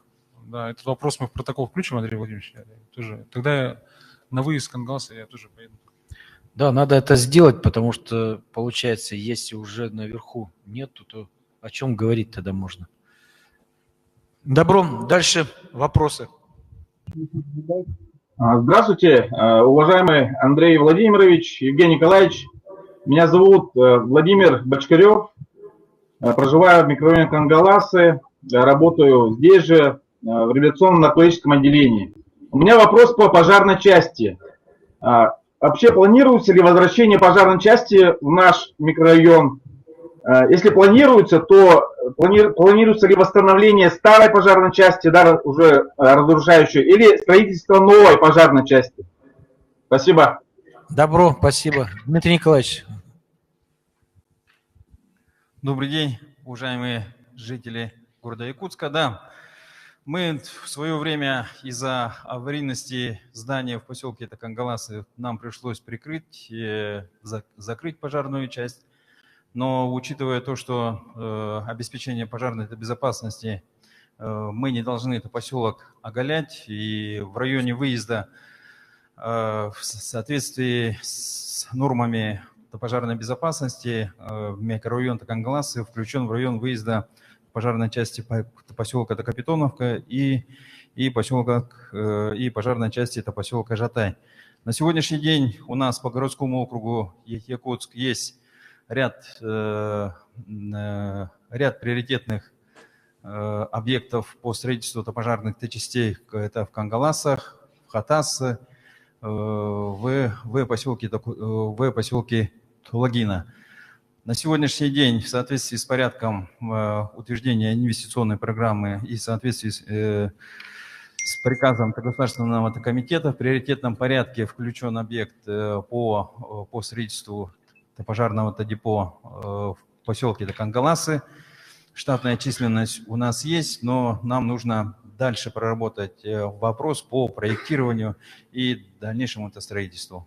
Пока мы данный вопрос не снимаем, дальше будем работать. Хорошо, Дмитрий Николаевич, а у нас типовой проект есть, чтобы там сделать депо какой-то? Ну, мы сегодня в соответствии с вашим поручением по итогам поездки в Виолюйский район отрабатываем по разработке типового проекта на 4 хода пожарного депо вместе с Министерством строительства. В этом году мы должны данный вопрос решить. Хорошо, есть, спасибо. Дальше давайте вопросы. Добрый день, Затеев Евгений Олегович. У меня вопрос по ремонту дорог. Последние 2 года в самом микрорайоне у нас очень качественно провели ремонт дорог, стало приятно ездить, да? И вопрос у меня такой: участок трассы, получается, до паромной переправы, перекресток, въезд в сам поселок и вот до переправы. Планируется ли асфальтирование данного участка с обустройством перекрестка въезда в микрорайон? То есть установка отбойников. Потому что в зимнее время у нас часто на скорости едут, они уезжают, получается, в ручей. А в летнее время, все когда с парома едут, это пыль столбом, и все идет, получается, на поселок. Спасибо. Спасибо, Сергей Николаевич. Ну вот я понимаю, что это региональная дорога, но все равно, что у нас там, какая помощь оказывается городу, чтобы в действительности этот вопрос закрыть. Здравствуйте, уважаемые жители города Якутска. Это республиканская дорога, республиканские полномочия до паромной переправы. Мы сейчас там сделали, расчет, там 68 миллионов рублей нужно, чтобы вот эти 3 километра заасфальтировать. К сожалению, на 22 год, на этот год у нас этот объект не попал в план. Мы его планируем на 23-24 годы включить в финансирование. 23-й год, то есть у нас будет включен этот объект, да? Да, в этом году он Евгений не попал. Николаевич, записывай. Так, дальше. Я предлагаю Кангаласу, 4 вопроса было, двигаться дальше. Спасибо вам большое. Через 2 недели будем у вас. Промышленный округ, пожалуйста. Здравствуйте. Здравствуйте. Здравствуйте, уважаемые участники нашего общественного разговора. Приятно вас видеть в добром здравии. Значит, работаем. Значит, я Баннова Любовь Геннадьевна, член общественного совета промышленного округа. Я проживаю здесь и работаю также здесь, в промышленном округе. У меня вопрос следующего содержания. Все знакомы с ним, но я еще раз хочу вам напомнить, что у нас улицы, первая это Кылахская, вторая это Кылахская, первая Пристанская, вторая Пристанская, Усть-Мархинка находятся в зоне подтопления. Я прошу вас обратить внимание и привести в соответствие то, что мы должны куда-то людей девать. Если это незаконно, что они там проживают, значит их переселить. Переселить или, значит, уведомить, что вы являетесь, ненужными, что ли. Уходите отсюда, прочь. Утрирую. Но все равно мы должны подойти к этому вопросу. Семей не так много осталось. Давайте этот вопрос, может быть, вы какую-то программу, в конце концов, создадите и отработайте ее. Может быть, у вас какие-то возникнут предложения для этих людей. Может быть, вы захотите проехаться по ним, посмотреть и тоже принять какие-то меры. Вы поймите, что затопление бывает каждый год. От этого не уйдем никуда. И люди страдают каждый год. Обратите внимание, пожалуйста. Далее, когда вы будете обращать внимание на эти улицы, есть дома, которые брошены, сгоревшие. Они, в общем-то, вы сами видите, что вдоль берега реки нашей и вдоль дороги, 50 лет советской армии, и так видно не очень. И вот эти дома, или их надо как-то снести, или как-то, может, табличку поставить, не смотрите сюда, утрирую. Как-то что-то сделать надо, может быть. Жду вашего ответа. Спасибо. Спасибо большое. Давай, все-таки я хотел, Евгений Николаевич, спросить по зоне у тебя затопления, что там каждый год топит, да, получается? У нас по зоне подтопления, в принципе, на территории городского округа существует проблема того, что порядка 9 тысяч земельных участков попали в так называемый однопроцентный, то есть раз в 100 лет возможный подтоп. И обременение касается больше юридического характера для большинства людей, там, нового строительства или, оборота, в принципе, этого земельного участка в градостроительной сфере. По Пристанской у нас проблема в том, что, там люди жили уже, и сама околоток этот весь попал в так называемую зону подтопления. Поэтому, в принципе, сегодня действительно факт того, что ежегодно их подтапливают. Хорошо, вот эта единая набережная сегодня, которую... Она решает вопрос. Она решает же вопрос. Да. И земля сразу освободится от вот этого обременения, да, получается? Да, так точно, да. Да. Давайте пока исходить из того, что у нас к сентябрю будет проект общий готов, где у нас будет понимание, останется ли эта земля в зоне затопления.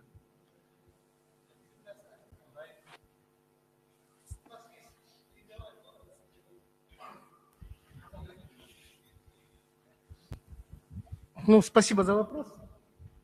Учитывая, что я с этим вопросом часто сталкивался, надо признать, что этот участок все равно в зоне затопления останется, это раз. Второе, части сноса объектов, которые остаются, их надо все равно городскому округу, город Якутск самим решать, да, потому что в свое время жители, которые там попадали, мы жилищные сертификаты выдавали, и часть населения, как говорится, в простонародье так и называется этот участок нахаловка. Нахально оставались часть. Руки не дошли до того, чтобы снести, А вот те люди, которые действительно остались, да, их надо посмотреть. И, возможно, если их осталось там в пределах 10 семей, то здесь можно вопрос ставить, чтобы их расселить и полностью, как говорится, оттуда уйти. И не иметь этих проблем. Потому что это зона постоянного затопления. Хорошо, давайте следующим образом, конечно, сделаем. Ну, я еще раз хочу... Протокольно просто надо отметить как проблему. Я хочу еще раз протокольно, там мы отметим. Мне надо понять в действительности, насколько сегодня проект, который мы сейчас затеяли, глобальный, большой, закроет эту зону и что будет дальше. Поэтому по исходу проектирования все-таки Андрей Владимирович, сегодня вот в рамках разработки мастер-плана мы разработчикам мастер-плана поставили задачу, вот ту, которую вы ставите по исправлению русла реки. Плюс к этому у нас реализуется там на стадии инициации собственником речного порта, значит, реновация данной территории. Строительство затона там, да? Да, и вот она идет почти до конца всех этих пристанских там набережных. Поэтому вот эта вот территория, она будет использоваться. Хорошо, но с сносом зданий, которые в действительности вот этих не нужны уже, надо что-то тоже принимать, какое-то решение. Я предлагаю здесь подождать тогда сегодня вот, собственник речного порта, значит, и победитель конкурса по мастер-плану должны будут совместно с институтом, который разрабатывает проект исправления реки, значит, это все в рамках мастер-плана будет учитываться. Ну, тогда надо и до жителей довести и показать, что есть решение такое-то, такое-то, и в такой-то срок будет оглашен весь список действий, которые там улучшат. Но не хотелось его затягивать там, чтобы давайте так окажем. Когда вы готовы вместе с речным портом, там, с нами показать решение вопроса по этому поселению? Ну, я думаю, это будет к концу второго квартала, в лучшем случае, как будет понимание того, что данный участок в разработке мастер-плана будет учитываться уже как территория, подлежащая реновации, то есть ухода от зоны. Хорошо, давайте протокольно это запишем. Мы как технически... Есть, добро. Еще у кого есть там что, вопросы, давайте. Слышно? Да. Итак, председатели Совета отцов 13-й школы и член Совета, Общественного совета промышленного округа. Вопрос по 50 лет Советской армии, по федеральной дороге 50 лет Советской армии.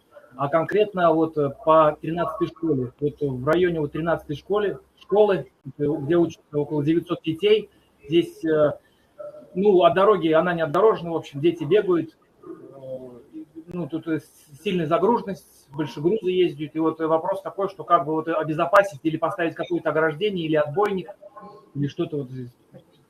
Спасибо, Сергей Николаевич. Вот в действительности, если федеральная дорога возле школы, там должны быть отбойники, лежащие эти полицейские и так далее, и так далее. Это не федеральная дорога, это муниципальная улица. 50 лет Советской армии. Да, это наша улица, которая часть из нее является гидротехническим сооружением. Значит, и с точки зрения установки ограждающих конструкций, ну, проблемы нет. Мы отфиксируем этот вопрос, вынесем на комиссию безопасности дорожного движения и совместно с надзорными органами примем это решение, если оно возможно. Ну, давайте так, чтобы в действительности это какое-то решение было. То есть мне нужно решение на 1 числа мая. Да, спокойно. Мы... На 1 мая, чтобы вы успели, смогли построить и огородить эти все вещи. Потому что школа – это серьезно. И дети, если попадут под такой транспорт, потом будет вопрос с вас. Да, у нас это в рамках текущей работы комиссия безопасности дорожного движения ежемесячно обращаются. Мы в случае... Вот готовьте официальное обращение поступило, и на него готовьте ответ. Да, протокольно зафиксируем. Так, есть. Да, дальше, пожалуйста. Добрый день, председатель управляющего совета школы номер 10, Помогаева Анна Валерьевна. Наша школа находится на улице Калит 105, и нас беспокоит вопрос пристроя. В нашей школе учится 1705 детей, а школа рассчитана на 780, то есть почти на 1000 превышение идет. И поэтому место позволяет у всех на слуху, что требуется пристрой. Нас интересуют сроки. Спасибо большое. Так, пристрой школы. Давай, Михаил Юрьевич. Да, добрый день, уважаемые жители города Якутска. Да, действительно, спасибо за вопрос. Сейчас Андрей Владимирович буквально несколько секунд назад сказал, что школа – это серьезно. Дело в том, что вот сегодня вы видите, что очень много вопросов от представителей родительской общественности, которые комплексные вопросы задают. Потому что школа – это сразу безопасность, это интернет, это дорога, это инфраструктура, пожарка и прочее. Поэтому это вот как бы комплексное решение. Мы в прошлом году вал вопросов услышали, когда был отчет правительства, все вот здесь коллеги помнят, да, такой список получили от населения. Ну и вот с окружной администрацией за этот год отработали, то есть 31 марта окружная администрация утвердила свой список по очередности. Мы 1 июня провели решение правительства, где мы включили школы, пристрои, на самом деле много инструментов. То есть это не только строительство новых школ вместо старых зданий, это строительство вообще новых школ, там, где люди появились, и это, получается, еще и вопрос, на самом деле, комплексный, связанный с формированием новых коллективов, школ, которых раньше не было, это отличие от других районов республики.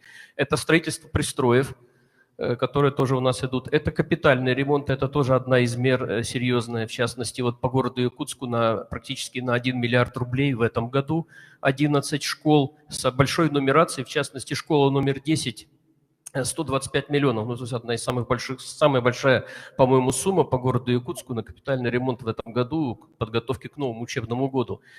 Вот. И, значит, 8 школьных автобусов мы за 2 года тоже по нашей программе выделили, потому что есть необходимость подвоза детей там, где перегруз идет по сменам, чтобы не создавать опасность третьей смены, к сожалению, да, это такая тоже сложная ситуация. Вот, скажу, что, значит, сразу добавлю, что по капитальному ремонту, а это очень важно, поскольку капитальный ремонт, в отличие от прошлых лет, это федеральная программа, в которой мы активно работаем. У нас вот в этом году 11 школ, это не только сам капитальный ремонт, но по городу Якутску это более 100 миллионов еще средств, связанных на оснащение оборудованием. То есть это изменение, значит, функционала, назначения, улучшение условий, значит, для обучения.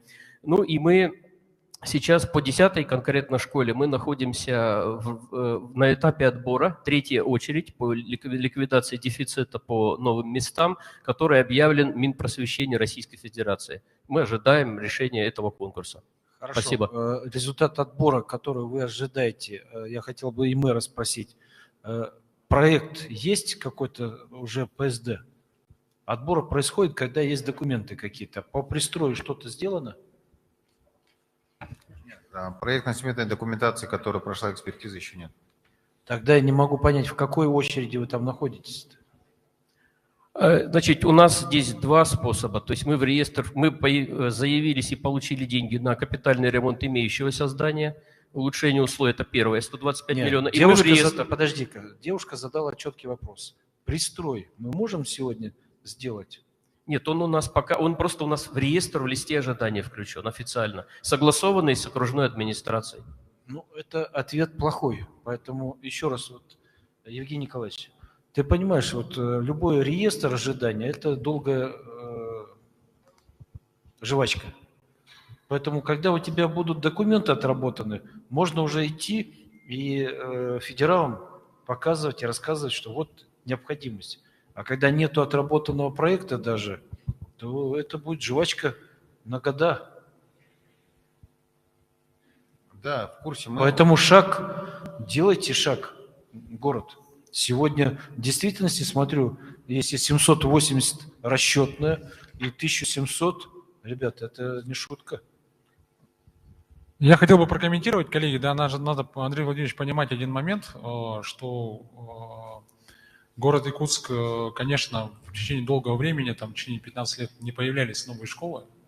Эта работа началась с 2012 года, вот, да, и, по сути, с 2017 года начались вот появляться и пристрои, и новые объекты. И сейчас программа-то, в принципе, вот я вначале зачитал, там 10 школ в плане. Мы вообще считали, Евгений Николаевич, чтобы выполнить федеральный закон на односменку, нам нужно построить там, по-моему, что около 30 школ, по-моему, да? Не, ну, в общем, общие цифры таковы. У нас на сегодняшний момент в наших школах учатся более 50 тысяч детей. Да. Проектная мощность всех этих школ 25 тысяч мест. У нас каждая школа минимум в 2 раза перегружена. Поэтому лист ожидания состоит из всех школ. Вот 51 школу всю поставить, для каждой из них, где, возможно, нужно пристрой. Мы в рамках нашего муниципального бюджета ежегодно 2-3 пристроя ПСД делаем. Ну вот, а по факту их нужно почти 20-30. Поэтому здесь проблема в этом, Андрей Владимирович. Хорошо, я согласен со всем этим, что что-то делается. Тут никто не обвиняет. Тут, видите, надо, люди же сегодня жить хотят, не завтра, не послезавтра. Поэтому должен быть какой-то план объявлен, что послезавтра у вас будет проект, который позволит уже заявиться федералам или вместе с нами пойти в этой части по пристрою.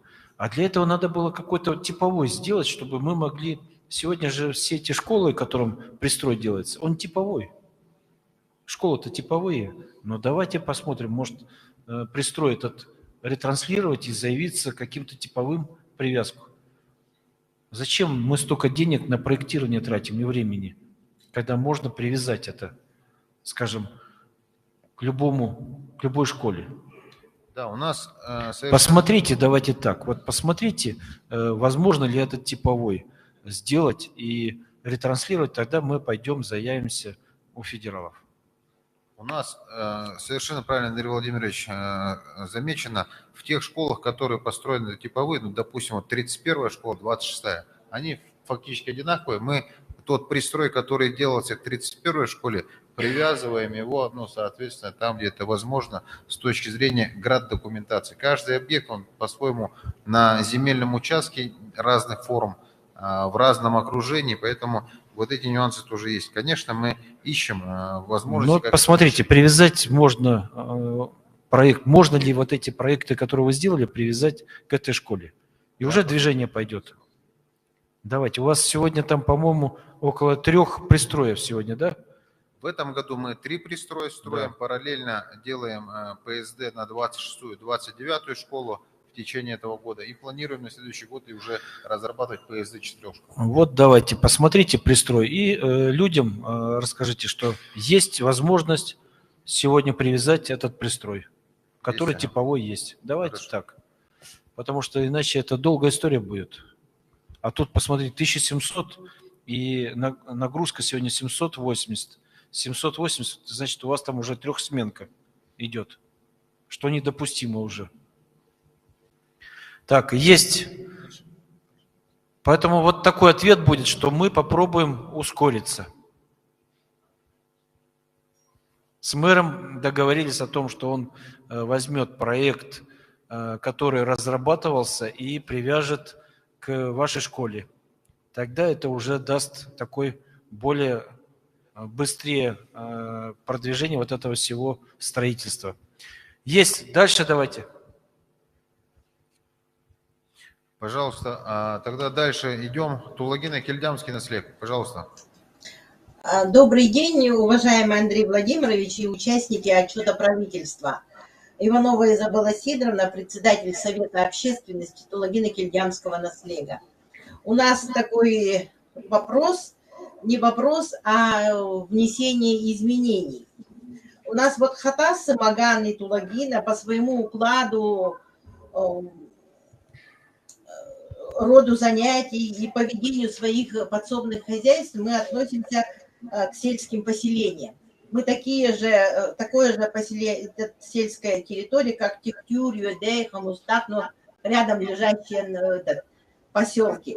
Но, тем не менее, на сегодняшний день мы входим в состав городского округа, и поэтому для нас не работает, например, программа по постановлению правительства Российской Федерации от 31 мая 2019 года о комплексном развитии сельских территорий. Вот это помогло бы нам на сегодняшний день, учитывая сегодняшнюю ситуацию в мире и в стране, решение этого вопроса дало бы нам экономический эффект в виде разгрузки бюджета республики и, в частности, городского округа. И вот по этой программе, например, если мы относились именно к тем сельским территориям, где работает это постановление, где предусматриваются не только вопросы сельского хозяйства, но строительство дорог, тех же школ, социальных объектов, жилищное строительство, особенно, да, электрификация и многое другое. И поэтому мы сегодня просим от имени населения, вот я сегодня выступаю, да, чтобы в эту программу внести изменения. Нами был этот вопрос инициирован уже ряд лет, поднимался на городском округе, также в городской думе. На сегодняшний день этот вопрос находится в Ильтюмени, да. И вот мы бы хотели личного вашего участия, Александр Владимирович, чтобы внесли вот этот вот вопрос в правительство Российской Федерации в таком вот, с такими строками в программу включить города-центры регионов Российской Федерации по Дальнему федеральному округу, по Дальневосточному федеральному округу с целью развития Дальнего Востока. Вот в рамках и в соответствии национальной программы социально-экономического развития Дальнего Востока на период до 2024 года и на перспективу до 1935 года.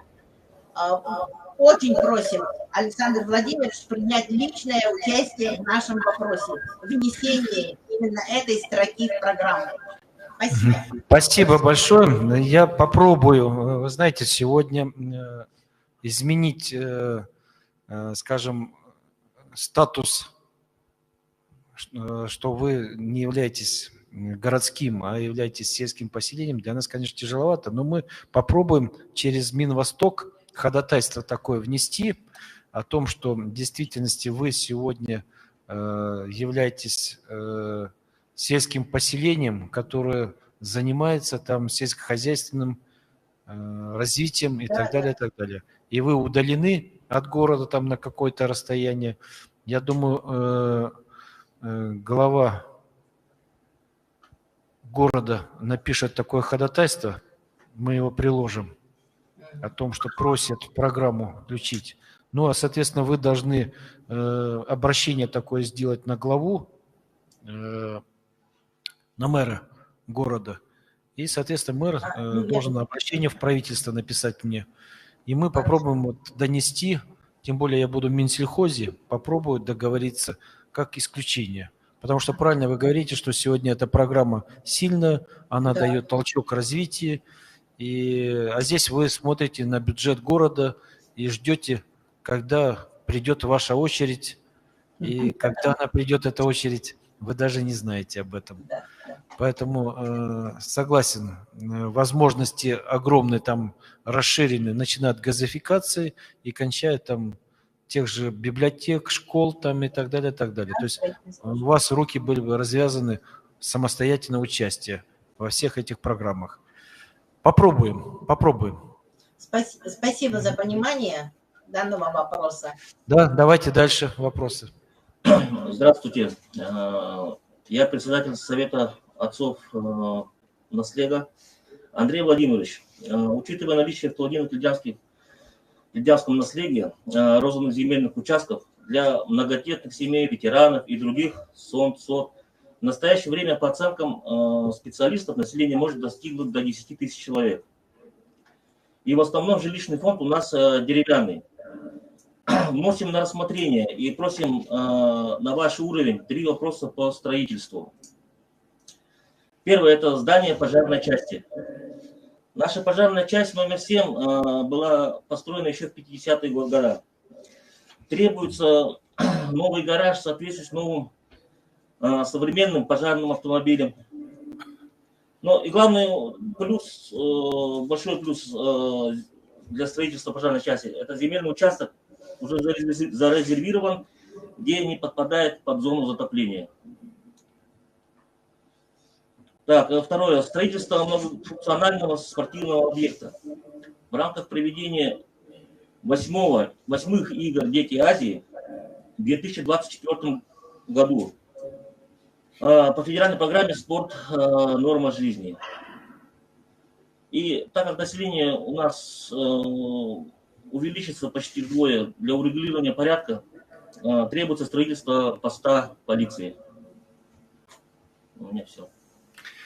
Спасибо. Ну, это глава ввел сегодня год матери. Я чувствую, надо вводить год отца. Потому что смотрите, какой обеспокоенный отец. Впервые такой видишь. Сразу 3 объекта просит сделать. Давайте так. По пожарке, по пожарной части. Дмитрий Николаевич, что у нас там сегодня за проблема? Пожарной части нету? Ну, как я сказал, до этого тоже был вопрос, да, у нас имеется эта потребность по городскому округу Якутск, это строительство в Кангаласах, это строительство в поселке Татулагина и в поселке Хатасы. На сегодняшний день мы работаем, чтобы спроектировать типовой проект, ну и дальше будем работать по дополнительному финансированию. Добро, пока спасибо. на сегодняшний день мы в работе. Добро. Ну, давайте так. Вот у нас появится типовой проект, мы его будем штамповать тогда по пожарке. Соответственно, и к вам его на рассмотрение тоже также пустим. Теперь по спортобъекту. Где у нас тут главный спортсмен? Леонид Николаевич, вон сидит. Вон. Леонид, что, давай скажи по спорту. Добрый день, уважаемые жители города Якутска, пригородов. Ну, по спортобъектам по Тулугина Кильдянскому у нас пока нету. Мы, как вы знаете, у нас в городе Якутске строится каток с бассейном. Здесь вот рядом озером, Белым озером, также строится объект ДСК, где военная часть строится. Также мы планируем до 2024 года построить 2 объекта. Это в Сайсарском округе и в строительном округе по линии «Дети Азии». Поэтому, если если надо строить какие-то объекты спортивные, вам надо сначала работать с городом Якутском по проектированию и по сметной части и проектированию сметной документации. После этого уже включается в программу развития физической культуры и спорта. Спасибо. Вот хотел мэра спросить, какие там спортивные сегодня есть объекты поселения? Спортивные объекты? У нас в Тулагина детско-юношеская спортивная школа, а гараж арочный есть. Все. Больше ничего, да? Больше ничего. Ну и спортзал школы. Спортзал школы еще. Да. Ну, школа. Ну, давайте, наверное, что-то посмотреть. С какое население, сколько там сегодня людей проживает? Порядка, чуть больше 4000 уже есть. Больше 4000. Да. Ну, нужно, конечно, что-то планировать, потому что 4000 – это в действительности сегодня такое большое поселение. И, соответственно, надо что-то, какой-то многофункциональный такой сделать, чтобы он мог удовлетворить дальнейший спрос. Поэтому подумайте, давайте, что если поддержка какая-то нужна, будем помогать. Да, мы здесь тогда хотелось бы отметить, мы с Госком обеспечения безопасности жизнедеятельности в течение 2021 года плотно работали по данному объекту и по Хатасам. Там 2 старых пожарных части. Город Якутск должен сейчас привязать из существующих объектов ПСД, значит, и потом в Госкомбж должны провести работу по включению в инвестпрограмму. Мы свою часть работы в течение 2022 года сделаем, найдем ПСД, привяжем его, земельные участки определены. По спортивным объектам здесь бы вот актуально остается МФЦ, многофункциональный центр. То есть и вот населенный пункт пригородный, Тулагина, Кильдямцы, абсолютно одинаковая история. Мы поэтому сейчас посмотрим объект, который построен, спортивный объект в Бердигистяхе, можно ли их привязать. Ну, вот, в принципе, у нас реестр экономически эффективных проектов весь есть. Хорошо. Леонид Николаевич, вот у меня просьба тогда, раз так плохо там со спортом, все-таки помогите каким-то спортивным инвентарем здесь в поселении, чтобы в действительности люди чувствовали заботу какую-то и увидели, что что-то все-таки с этой встречи перепало. людям. Хорошо? Так, есть. И что там еще? Мост у нас, да? Пост полиции. Пост полиции. А, пост полиции, да? Пост полиции. Ну, здесь вопрос не по окладу, конечно, но мы спросим МВД, что там, какие у них в планах есть по созданию такого поста. И вам мэр передаст потом. всю Да, эту мы в протокол информацию. включим, Андрей. Есть. Спасибо большое. Дальше давайте пойдем. Автодорожный округ. Пожалуйста, автодорожный округ. Дальше готовится микрорайон Марха. Добрый день, Андрей Владимирович, уважаемые члены правительства Республики Саха-Якутия. Меня зовут Павлова Анна Гаврилевна. Я житель автодорожного округа города Якутска. У меня вопрос насчет газификации участков, выданных многодетным семьям по адресу микрорайон Птицефабрика, улица Хамустасская. Недавно мы узнали, что наша проектно-сметная документация прошла госэкспертизу, и хотела бы уточнить у вас, будет ли подведен газ в этом году, имеется ли финансирование. Спасибо. Спасибо большое. Добрый день, уважаемые жители города Якутска. Ну, насчет газификации. В этом году, в 2022 году, в целом по городу Якутску выделено порядка 600 миллионов рублей. Это вот за последние годы огромная сумма с бюджета республики. Дальше по линии социальной газификации нынче мы планируем по городу Якутску газифицировать, построить газопроводы, воды к 800 земельным участкам подвести бесплатно. Что касается микрорайона для многодетных семей Птицефабрики, у нас вот в прошлом году Сахатранснефтегаз выдал технические условия на проектирование. Как вы сказали, городской округ сегодня выделил средства финансовые на проектно-сметную документацию. И, я так понимаю, проект проходит сейчас экспертизу.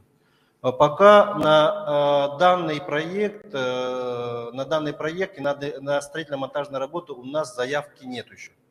Вот.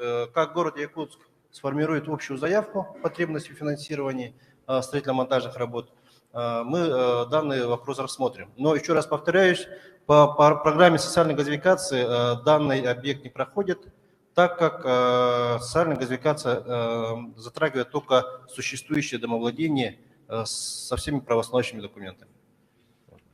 Все, есть добро. Свежая сводка с полей. Вот экспертизу сегодня получили.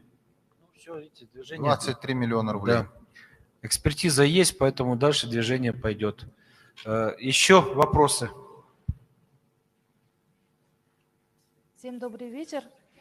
Вопрос, который до сих пор всех волнует, это внесение изменений в федеральный закон номер 498 об ответственном обращении с животными в части схемы отлов, стерилизация, вакцинация, выпуск. В условиях Крайнего Севера не допускать обратный выпуск безнадзорных животных, внести возможность гуманного умерщвления с применением предназначенных для этого специальных ветеринарных препаратов. Спасибо за вопрос. Я хочу сказать, что вот у нас средства на этот год выделены. Сумма достаточна, чтобы выполнить вот эту всю программу по животным. Соответственно, то есть одна из задач у нас сегодня стоит провести чипирование этих животных всех, то есть всех животных. Вот если завозится или заводится человеком животное, оно должно быть чипировано. Соответственно, когда оно на улице оказывается, мы уже понимаем, кто его выкинул на улицу, из кого брать деньги за содержание этого животного потом в различных там приютах и так далее. Поэтому это первое, что делается. Ну и второе, самое главное, конечно, сегодня урегулировать ту ситуацию с их нахождением на улицах этих животных.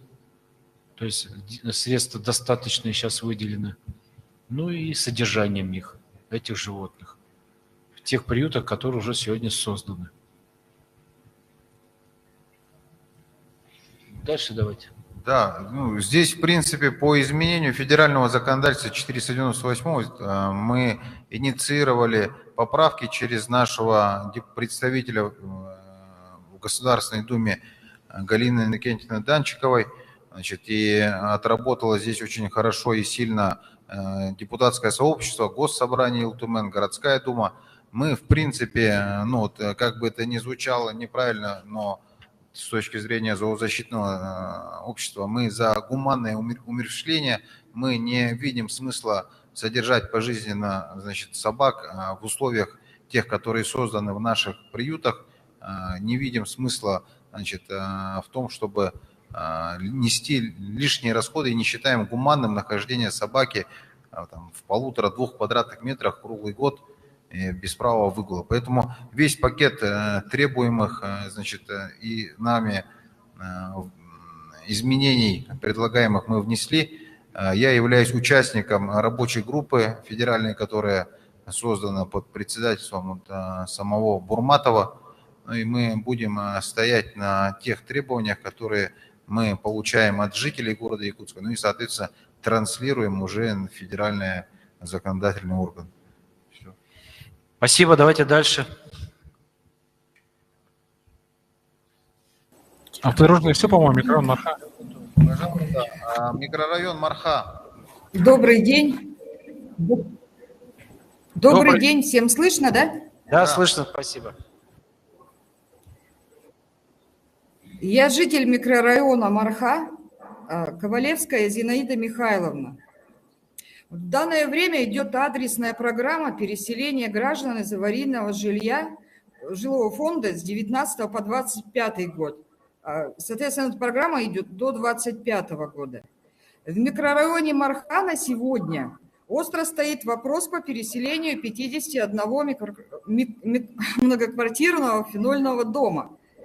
В 2019 году, когда жители признавали свои дома аварийными, до всех была доведена следующая информация. Успевайте признать аварийными, чтобы попасть на расселение в 2022 году. Что фенольные дома будут расселяться по отдельным спискам первыми. Также жители, которые планировали переезд и задавали вопрос в то время, возникнут ли проблемы у них? Ответом было, не возникнет никаких преград и никаких трудностей не будет. Но в связи с новыми поправками в жилищный кодекс РФ жители стали заложниками собственного жилья. В данное время ответом стало, вас ввели в заблуждение, до вас была доведена неверная информация. Если в 2019 году изначально до жителей было разъяснено, что программа на наши дома будет рассмотрена после 2025 года, мало бы кто согласился на признание в то время. Сейчас ответы жителей слышат. У республики нет бюджетных средств. Для чего тогда нужно было признание домов аварийными в 2019 году? Как быть с теми жителями, которые планировали переезд на ПМЖ в другие регионы в то время? Может, стоит обратить все-таки внимание на тех граждан? Может, не стоит нарушать их жизненные планы? Если создали проблемы, так нужно эти проблемы разрешать, а не ссылаться теперь на нехватку денег, не предлагать маневренный фонд, не вникая в суть той проблемы, которую создали для жителей. Тем самым внесено множество проблем в каждую семью. Об этом хоть кто-то задумался вообще? На сегодня, получается, создана чрезвычайная ситуация, огромная проблема в микрорайоне. Для решения вопросов данного вопроса Понятно, необходимо спасибо. разработать, наверное, отдельную программу. Спасибо за вопрос-то понятно. Давайте мы... Зинаида Михайловна, вопросы сейчас... мне не дают? Да. Нет. Если один только вопрос у вас этот... Я прошу отдельно программу... Да, спасибо. Я прошу отдельно программу переселения посмотреть по фенольным домам. Хорошо. С привлечением депутатов РФ, если не можем здесь на месте разобраться. И в частности, отдельно по вопросу, Евгений Николаевич, вы были на доме номер 3, по экспериментальной 3 в том году, и вы жителям в глаза ответили, однозначно дом нужно расселить.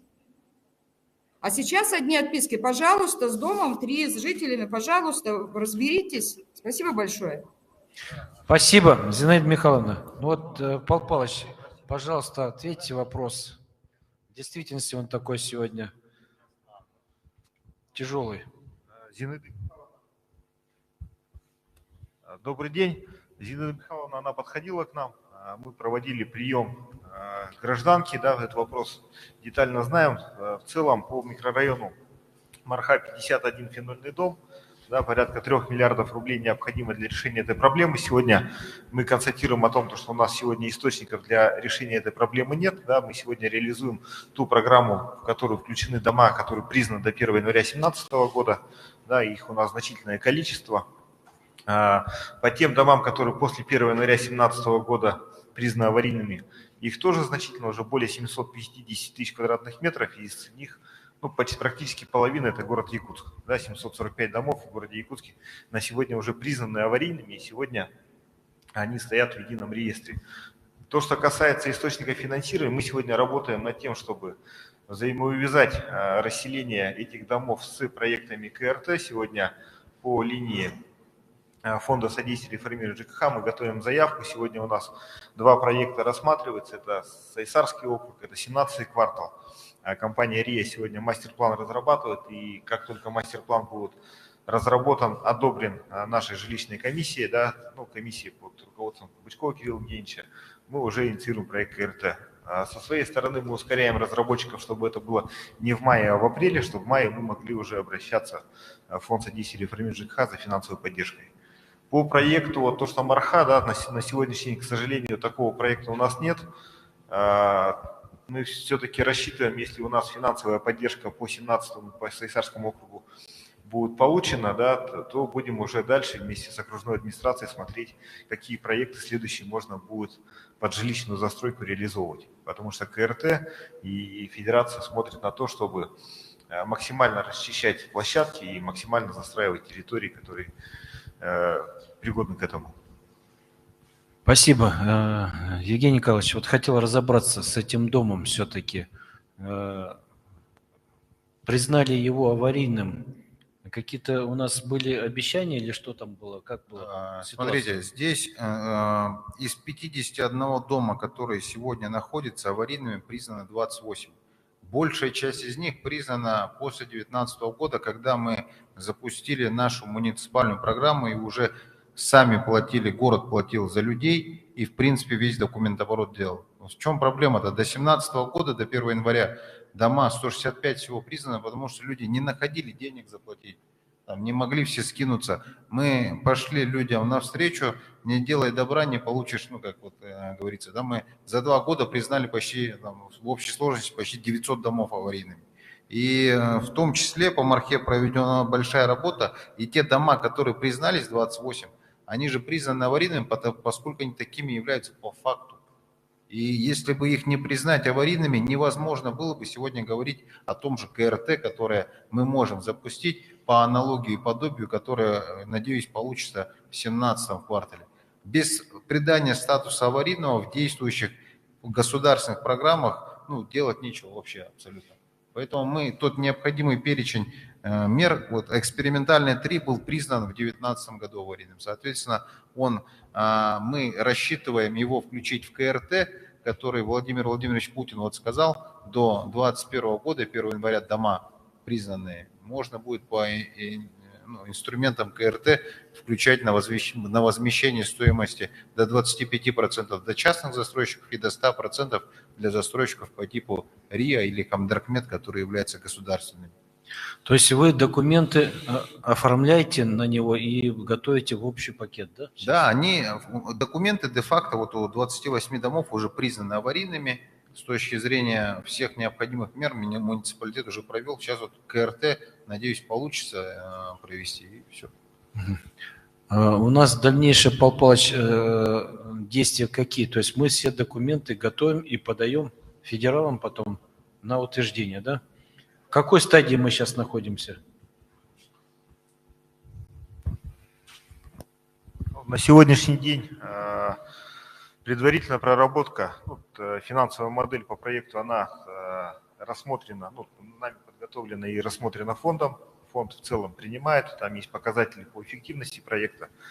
В целом проходим, сегодня разрабатываем мастер-план. Да, как только мастер-план будет рассмотрен и одобрен комиссией по развитию жилищного строительства, да, у нас есть рабочая группа, вашим решением она сформирована, запускается процедура КРТ. Да, это уведомление собственников, это работа застройщика, подготовка изменений град-документации и так далее. Поэтому мы считаем, что в июле месяце мы с таким решением выйдем на федерацию для того, чтобы получить решение по финансовой поддержке. Ну, то есть для людей важно, что то есть июнь-июль они будут находиться уже в списках, которые подадутся федералам.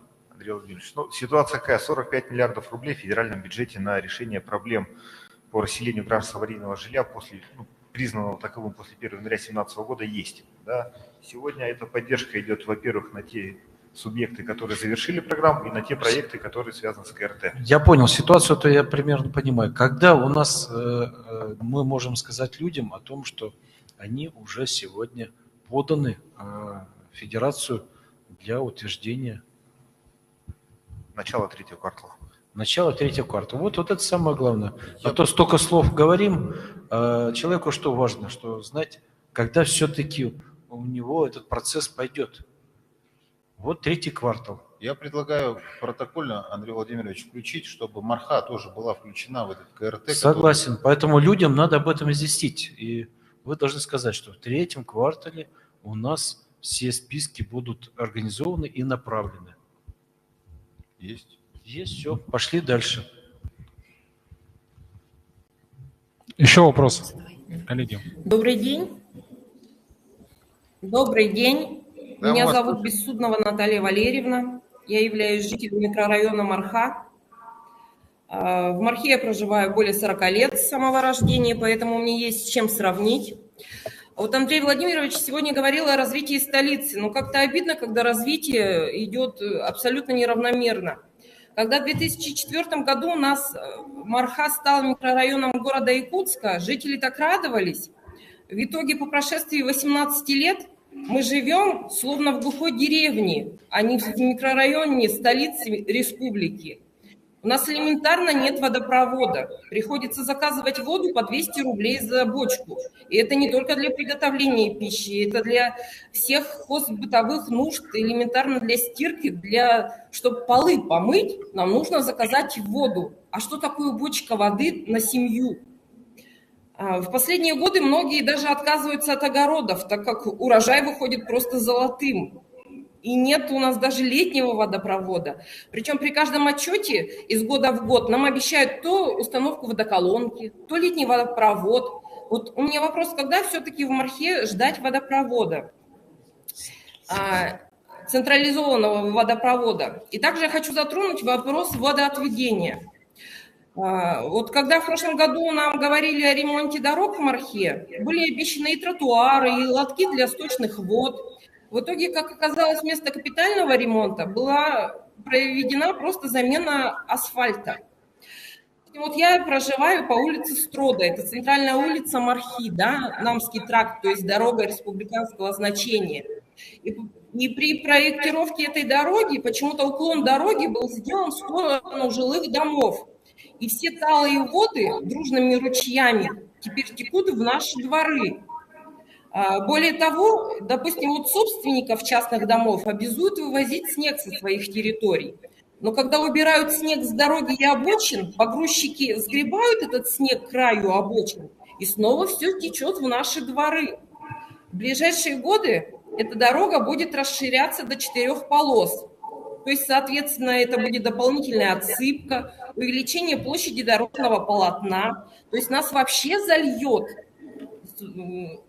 Если раньше у нас просто во дворе была вода, то сейчас у нас просто в доме вода с прошлого года, в домах вода. Вот что, куда нам обратиться с этим вопросом? Пожалуйста, посоветуйте, потому что с каждым годом эта проблема все больше и больше усугубляется. Причем это же не просто природные явления какие-то, это проектировка такая была.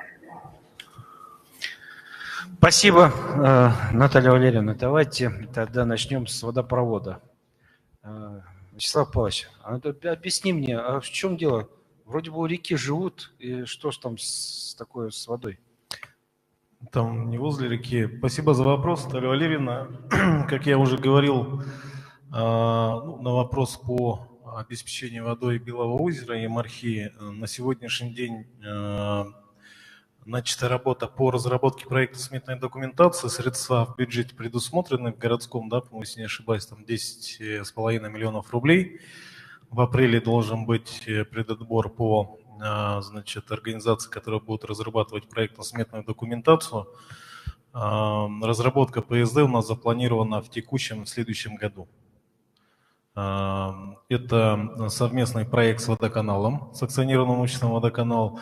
И непосредственно после разработки уже мы будем заявлять в фонд содействия и реформирования ЖКХ для реализации данного проекта, ну или же через нацпроект «Чистая вода». То есть, если отвечать по срокам, разработка ПСД и получение государственной экспертизы 2023 год, и после подачи заявки, если в первом квартале 2023 года будет проект, в течение второго квартала подачи заявки, одобрения, и со следующего года начало реализации этого проекта, с третьего квартала.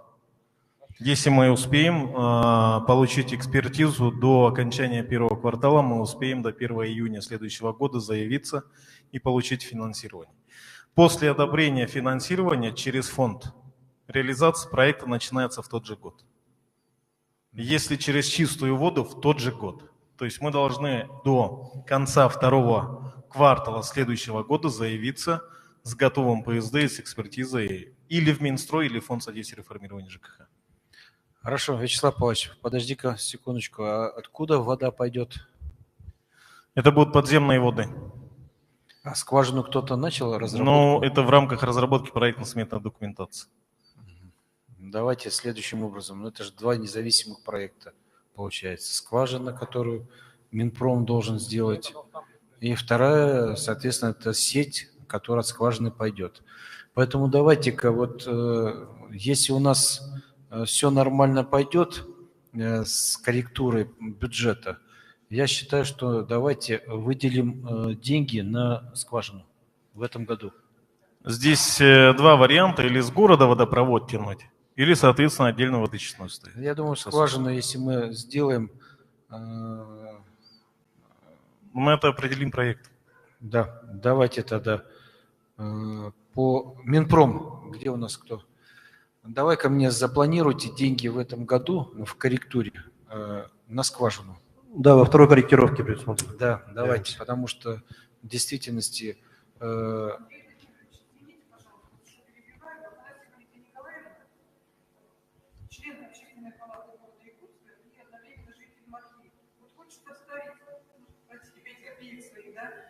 Здесь нужна экспертиза воды, потому что у нас в Мархе есть уже скважинная вода. И эта вода начинает туристы. Здесь нужна очень хорошая... А глубина, то есть какая там скважина получается? Не знаете, да?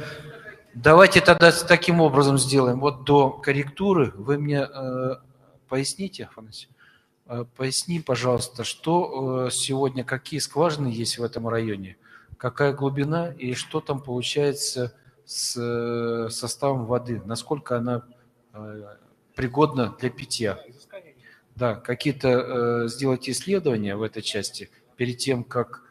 То есть нам понять надо, на какую глубину буриться, что, какие у них сегодня глубины, вот эти, которые щелочная. Я так понимаю, что это все-таки поверхностные какие-то.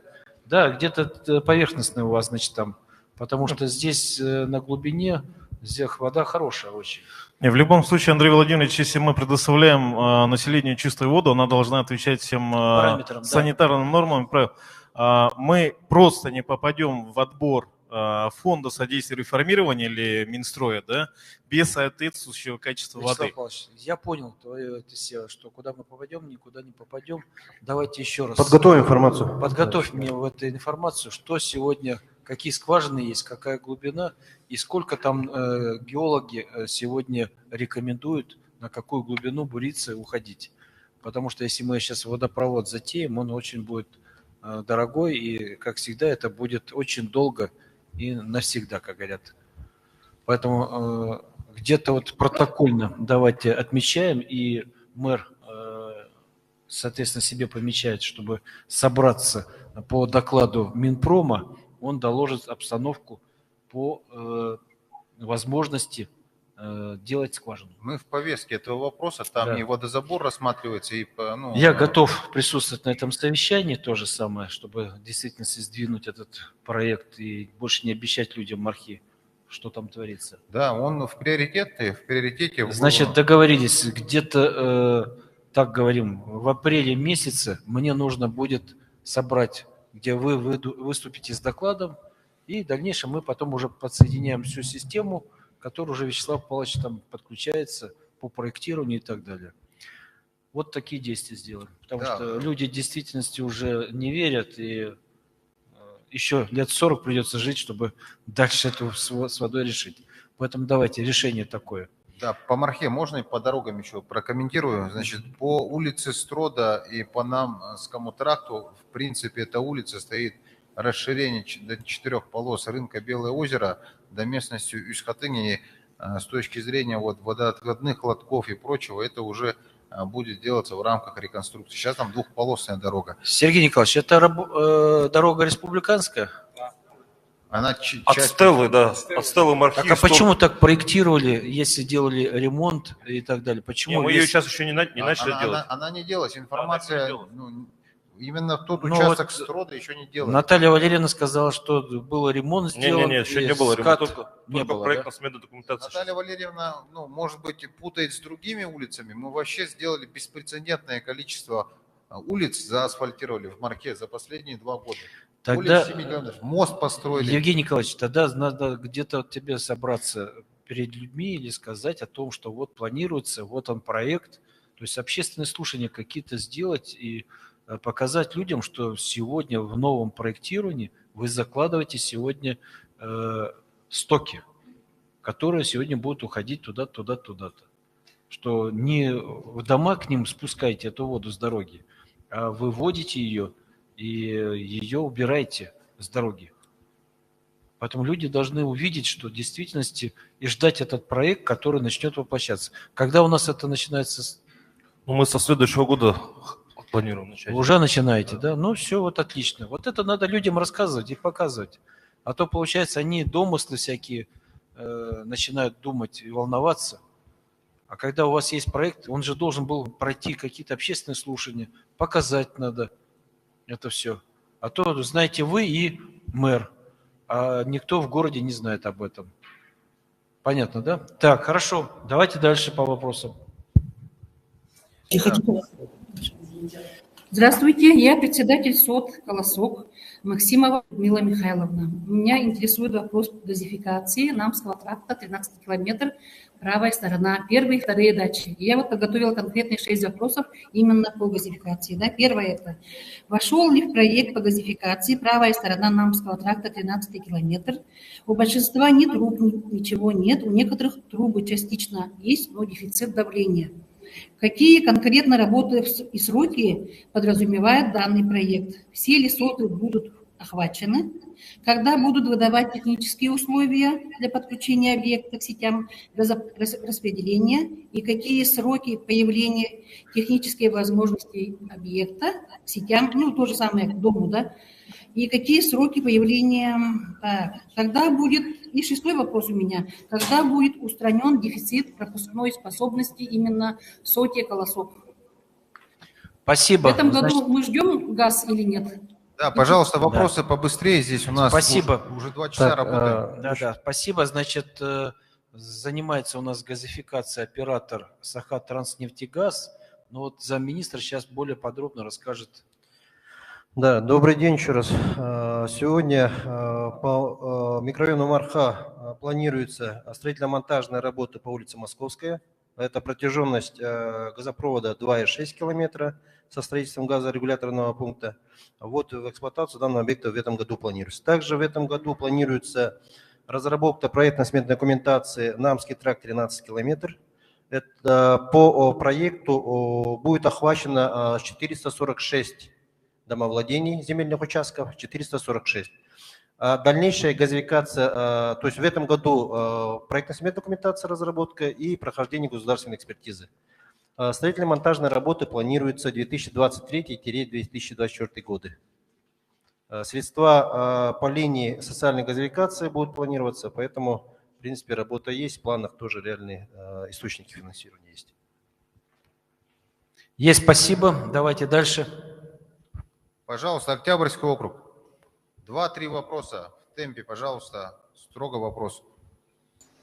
Добрый вечер, уважаемые модераторы. Во-первых, я хочу Андрея Владимировича поблагодарить. Я почти получила свой ответ. Меня зовут Валентина Никитина Петрова, председатель Совета ветеранов. Я сторожил города Якутска, живу 60 лет.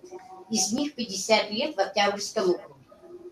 Меня, конечно, волнует. Я тоже хочу иметь столицу нашего города, нашей республики, так же, как город Хабаровск, Владивосток и так далее. И мой вопрос был такой. Когда же Ярославского 32/1 реальное учительство будет передано кому-то, чтобы или отреставрировать, или сделать снос? Это очень опасный объект. Собираются там подростки. Это дом, называется дом ужасов. Вот. Вы ответили почти на этот вопрос. Я буду благодарна, если то, что вы ответили на него, вашим ответом, будет исполнено. И все. Я только благодарю вас. Спасибо. Значит, так оно и будет. Все сделано будет. Давайте еще вопросы, пожалуйста. Здравствуйте. Меня зовут Нугиманова Жанна Александровна. Я приемная мама. И вот у меня, я вчера провела мониторинг среди приемных родителей, да, нас волнует 3 вопроса. Множество родителей, имеющие человеческий ресурс для того, чтобы воспитывать детей, испытывают проблемы деток. Ну, наш пресловутый вопрос, да. И вот, можно ли какую-либо программу провести насчет того, чтобы родителям, приемным родителям как-то вот с жильем помочь? Или возместить аренду жилья или так далее? Это вот первое такое, да. Второе у нас. Так. Также мы вот очень много времени хотим, чтобы нас признали многодетными на время нашего договора. Но так как нам говорят, что у нас оплачиваются наши дети, да, ну, сумма озвучивать не буду, но на эту сумму нам приходится питание, одежда, лечение, потом мы еще должны дополнительное образование давать, которое сейчас у нас тоже платное, да, репетиторов нанимать, потому что мы сидим на дистанционном образовании. Также охота детей все-таки куда-то увезти, что-то показать, да, поэтому хотелось бы, чтобы нам какие-то льготы все-таки выделили. Потому что вот мы все время хотели многодетными, ну, числиться к многодетным, то есть я воспитываю детей, ну, вы понимаете, что есть для этого, то есть много сил необходимо, да. Вот. Это вот второе. Третье, у меня вопрос. У нас вот, увеличили базовую плату вознаграждения в 2 раза. Ну, и хотелось бы узнать, когда мы ее получим, потому что январь-февраль я еще не получила. Спасибо большое. Спасибо большое. Спасибо вам за труд, который вы все-таки делаете огромный для республики, для страны, воспитывать детей. огромный низкий поклон вам за этот труд. И я хотел, чтобы вот Елена Александровна вот рассказала на эти вопросы. Действительно, они очень важны. Добрый день, жители города Якутска. Я тоже хочу присоединиться к словам благодарности. То, что сейчас Андрей Владимирович сказал, действительно, это огромный труд. Более 200 приемных семей у нас в республике приняли более чем 600 детей. И на сегодня в действительности проводится работа. Мы взаимодействуем с нашими приемными семьями. Мы знаем, какие вопросы ставят наши приемные семьи. И вот этот вопрос о приравнивании статуса, он действительно стоял. Но мы сегодня говорим о том, что в силу законодательства это все-таки две разных категории. Многодетные семьи и приемные семьи. И для этих категорий семей у нас существуют различные формы социальной поддержки. Да? Приемные семьи сегодня получают и ежемесячное вознаграждение приемному родителю. Приемные семьи сегодня имеют и содержание на ребенка. Оно у нас дифференцировано, зависит от возраста ребенка, увеличивается более чем 20 тысяч. Сегодня на одного ребенка, если ребеночек, подросток и так далее. Да? Поэтому сопоставлять вот напрямую эти две категории мы сегодня не можем, потому что, еще раз повторяю, две различные системы поддержки в зависимости от целей. Да? Вот. Другой вопрос, что мы также мониторим, да, почему приемные семьи сегодня такой вопрос ставят. Есть действительно несколько моментов, которые приемные семьи сегодня, как многодетные, например, не имеют ту или иную поддержку. Ну вот, например, говорят, необходимы скидки в торговых, да, торгово-сервисных предприятиях. Эту работу мы будем проводить через карту жителей Якутии. Да, то есть вот это возможно делать. Это не обязательно для этого приравнивать по статусу. Да. Далее приемные семьи говорят о том, что они бы хотели иметь также субсидированные билеты, как и многодетные семьи, да, для перелетов из Якутска, допустим, в Москву. Но сегодня уже принято решение о том, что жители Дальнего Востока имеют, да, возможность, независимо от категории, иметь субсидированный авиабилет. Соответственно, что бы мне сейчас хотелось сказать? Тем не менее, эта система, она требует совершенствования. И мы благодарим главу республики, который поддержал сегодня, да, и Институт приемных семей, и в рамках своего послания, которое прозвучало 15 декабря 2021 года, нам поручено внести предложение, и проект решения мы сегодня уже готовим. Андрей Владимирович, он будет в ближайшее время запущен на согласование. У нас есть полгода для того, чтобы его согласовать, соответственно, все разработать механизмы и внести его уже в Государственное собрание, согласно которому вознаграждение приемного родителя должно быть увеличено в 2 раза. То есть в рамках этого проекта мы также вносим определенные, у нас есть некоторые уже предложения, поэтому в течение полугодия мы должны с госсобранием уже окончательно отработать, и, соответственно, наши приемные семьи получат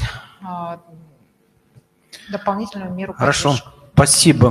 Но вот я хотел бы в действительности, чтобы вот вы мне, наверное, отдельно где-то положили такую справку. Я хотел посмотреть, что сегодня имеет... Получается, это же та же мама многодетная, что сегодня имеют многодетные со своими детьми, и те, которые имеют с приемными. Я хотел посмотреть, какой у них сегодня баланс по деньгам, по привилегиям, потому что это сегодня две категории, они одинаковые. И брать вот так их различать, пока не понимаю, почему это сделано. Но вплоть до того, что надо, давайте будем выходить в правительство, решение этого уравнения. Оно должно быть, равенство должно быть, понимаете? Труд одинаковый у всех, и все воспитывают детей. Поэтому давайте подумаем все-таки, как нам это все сделать, потому что иначе мы... Вот смотрите, во многих регионах этот статус плохо поддерживается, поэтому много детских домов сегодня. И правительство тратит этих регионов огромные деньги на содержание этих домов. И потом дети вот эти потом выходят, они не почувствовали этого материнства. А мы сегодня имеем уникальный шанс, то, что у нас сегодня есть такие родители, которые готовы это, и мы их должны поддержать и, наоборот, как говорят, выполнить все их просьбы в этой части, и статус их поднять, и показать, что они равны в этой... Давайте подумайте, готовы. сделайте мне, потому что я пока удивлен, не вижу вот этого различия, и считаю, что это надо выровнять обязательно. Это, наоборот, еще даже тяжелее чужого ребенка брать, воспитывать и вести это все. Это очень такой подвиг хороший. Поэтому я считаю, надо... Давайте, принесите мне. Спасибо. Да. Спасибо. Давайте, пожалуйста, дальше. Село Маган. По 2 вопроса, коллеги. Сейчас Я чуть-чуть хотела добавить, да, я извиняюсь, что вклинилась, да, Жанну знаю не понаслышке, мы одновременно, я тоже являюсь приемной мамой, и Жанна приняла в свою семью 4 детей одним разом. Это вообще подвиг, я считаю. И знаете, вот из своего опыта работы, ну, не работы, да, воспитания чужого ребенка, как своего, хочу сказать, что это гораздо тяжелее, чем воспитывать своих. У меня есть свои дети и есть приемный ребенок. Это очень большая разница. Поэтому заострите, пожалуйста, на этом внимание. Спасибо. Да, я вот обязательно заострил. Еще раз мы найдем это решение и обязательно сделаем его. Село Маган, пожалуйста. Добрый вечер. Нас слышно, да? Да. Сардана Романовна Жиркова, замдиректора Маганской школы. Вопрос о строительстве Маганской школы. Школа строилась в 1976 году как малокомплектная, да, на 198 мест. На сегодня в школе обучается 278 учащихся. Соответственно, школа не соответствует всем современным требованиям. У нас нет ни библиотеки, спортзал тоже не соответствует, нет актового зала. В соответствии с приказом Росавиации от 24 июля 2020 года за номером 432-П об установлении при аэродромной территории аэродрома Якутска под зоне 7 не допускается размещать образовательные учреждения. К сожалению, практически наша школа попадает под 7-ю подзону, и для того, чтобы новая школа в Магане все-таки была построена, этот вопрос надо решать срочно. Иначе потом строительство школы в Магане будет невозможно. Спасибо большое. Вопрос правильный, хороший. Давайте мы...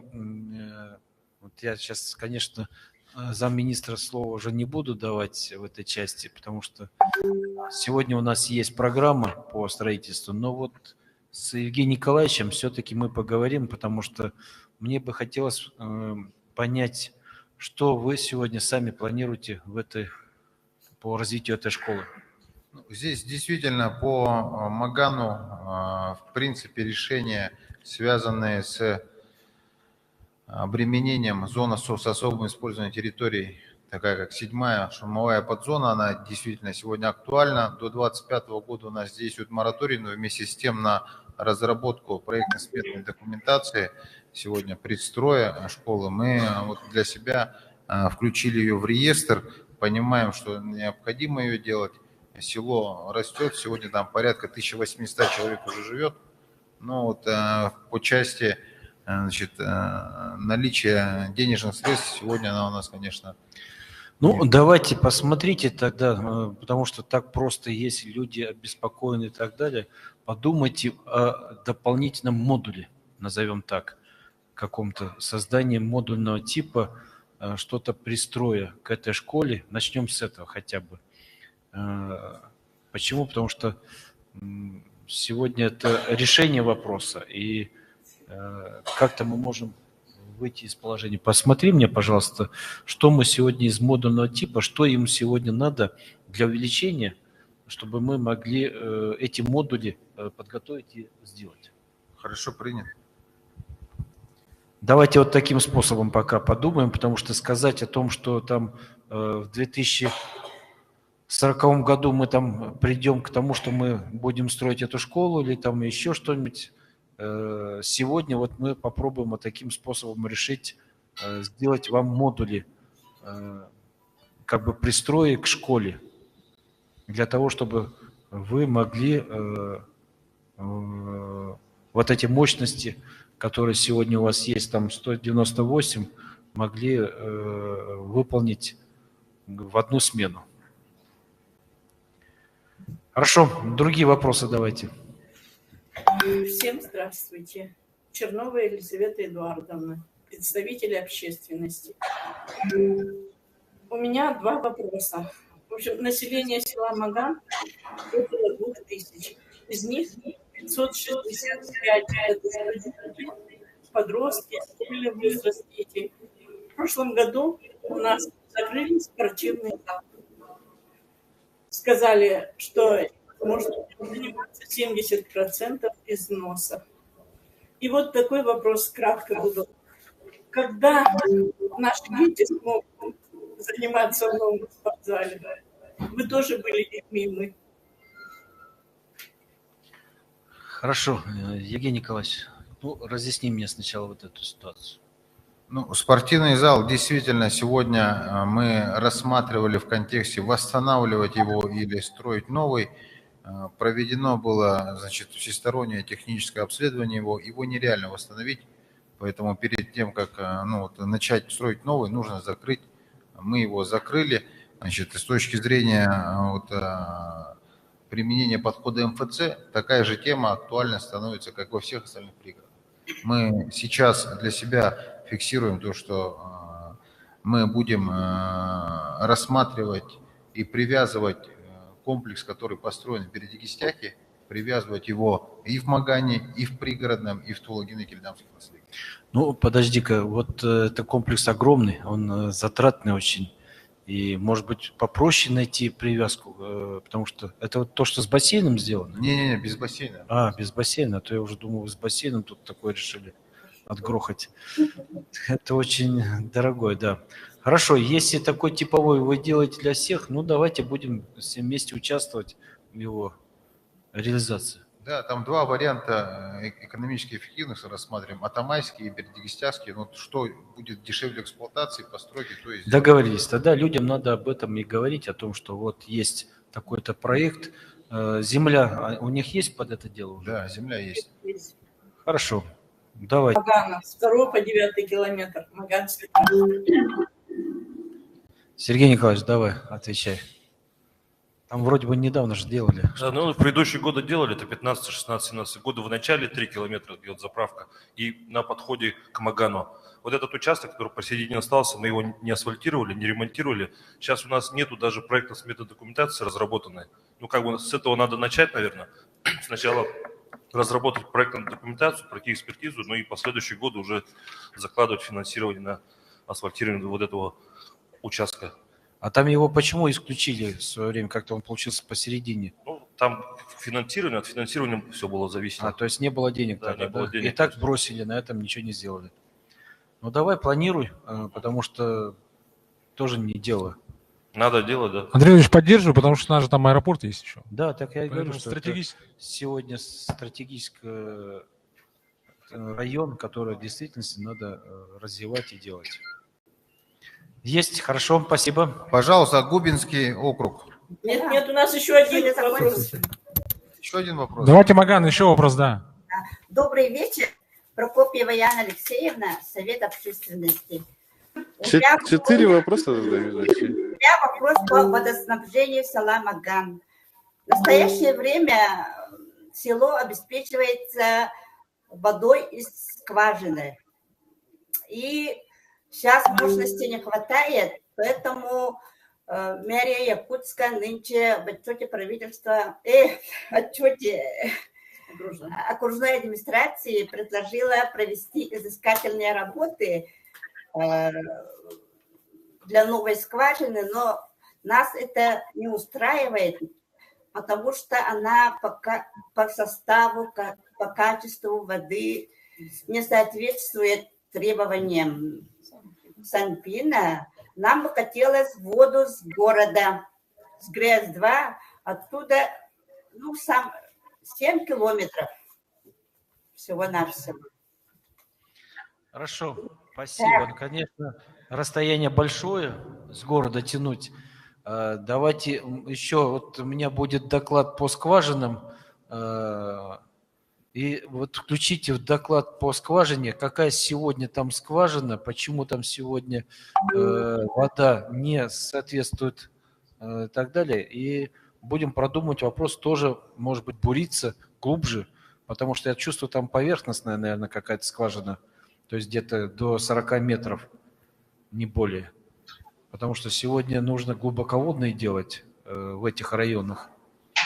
И больше стока воды будет, и больше потребления, соответственно, идет сегодня. Видите, мощности другие. Поэтому давайте тоже в доклад это включайте и посмотрим. Хорошо, тогда. по Мархе и по Магану условно справку подготовим. Есть, спасибо. Пожалуйста, Губинский округ. Добрый вечер. Я председатель Совета кварталов Губинского округа Алексеева Ольга Юрьевна. На протяжении многих лет наше население 202 прилегающих кварталов испытывает проблему с обслуживанием медицинским. Имеющаяся наша поликлиника, 4-я, она была в период активизации передана как детская поликлиника, а взрослое население объединилось с этой поликлиникой на Кальвице. В итоге очень население испытывает трудности, особенно за последние 2 года. И вот пока решится кардинальный вопрос с учетом примыкающих кварталов 203-го микрорайона и так далее, наше население и численность вернуть нашу поликлинику на исходную позицию, как раньше нас называла. Спасибо большое. Спасибо большое. Ну вот мы только что буквально до вас тут разговаривали по поликлинике.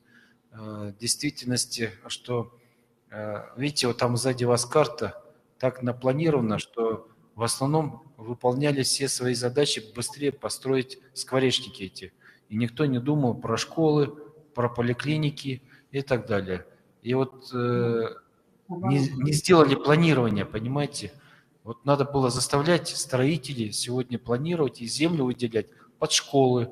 Они максимально выжили с этого района выгоду и исчезли, как говорят.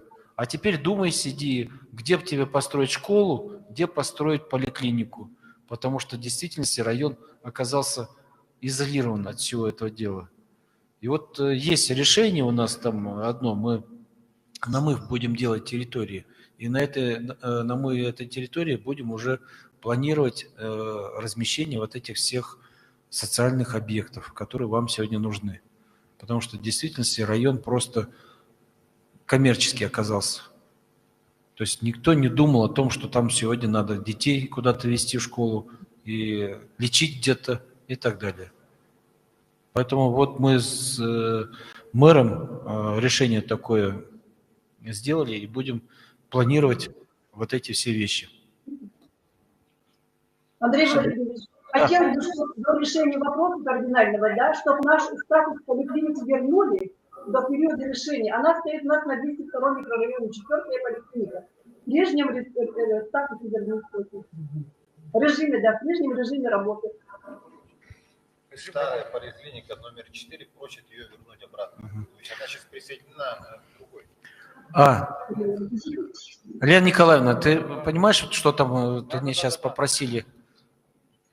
Андрей Владимирович, я очень хорошо понимаю, потому что в 2013 году я как раз была руководителем управления здравоохранения. Этот вопрос с 2013 года ставится. На самом деле там на сегодняшний день развернута детская поликлиника для, как раз получается, для промышленного округа, для 202-203 микрорайона. И, собственно, там обслуживаются дети этих вот как раз этого приписного населения медцентра города Якутска. То, что касается Кальвицы-3, на Кальвице-3 сейчас взрослая поликлиника, но при этом, насколько я понимаю, жители Губинского микрорайона, значит, в здании бывшей 4-й поликлиники у вас же есть там как раз несколько кабинетов, прям целый отсек есть, который обслуживает взрослое население и ветеранов. Во всяком случае, наше подведомственное медучреждение так отчитывается. Есть, коллеги, есть. Лена Николаевна, давайте, наверное, все-таки, если люди задают вопрос, значит, есть необходимость сегодня этой взрослой поликлиники.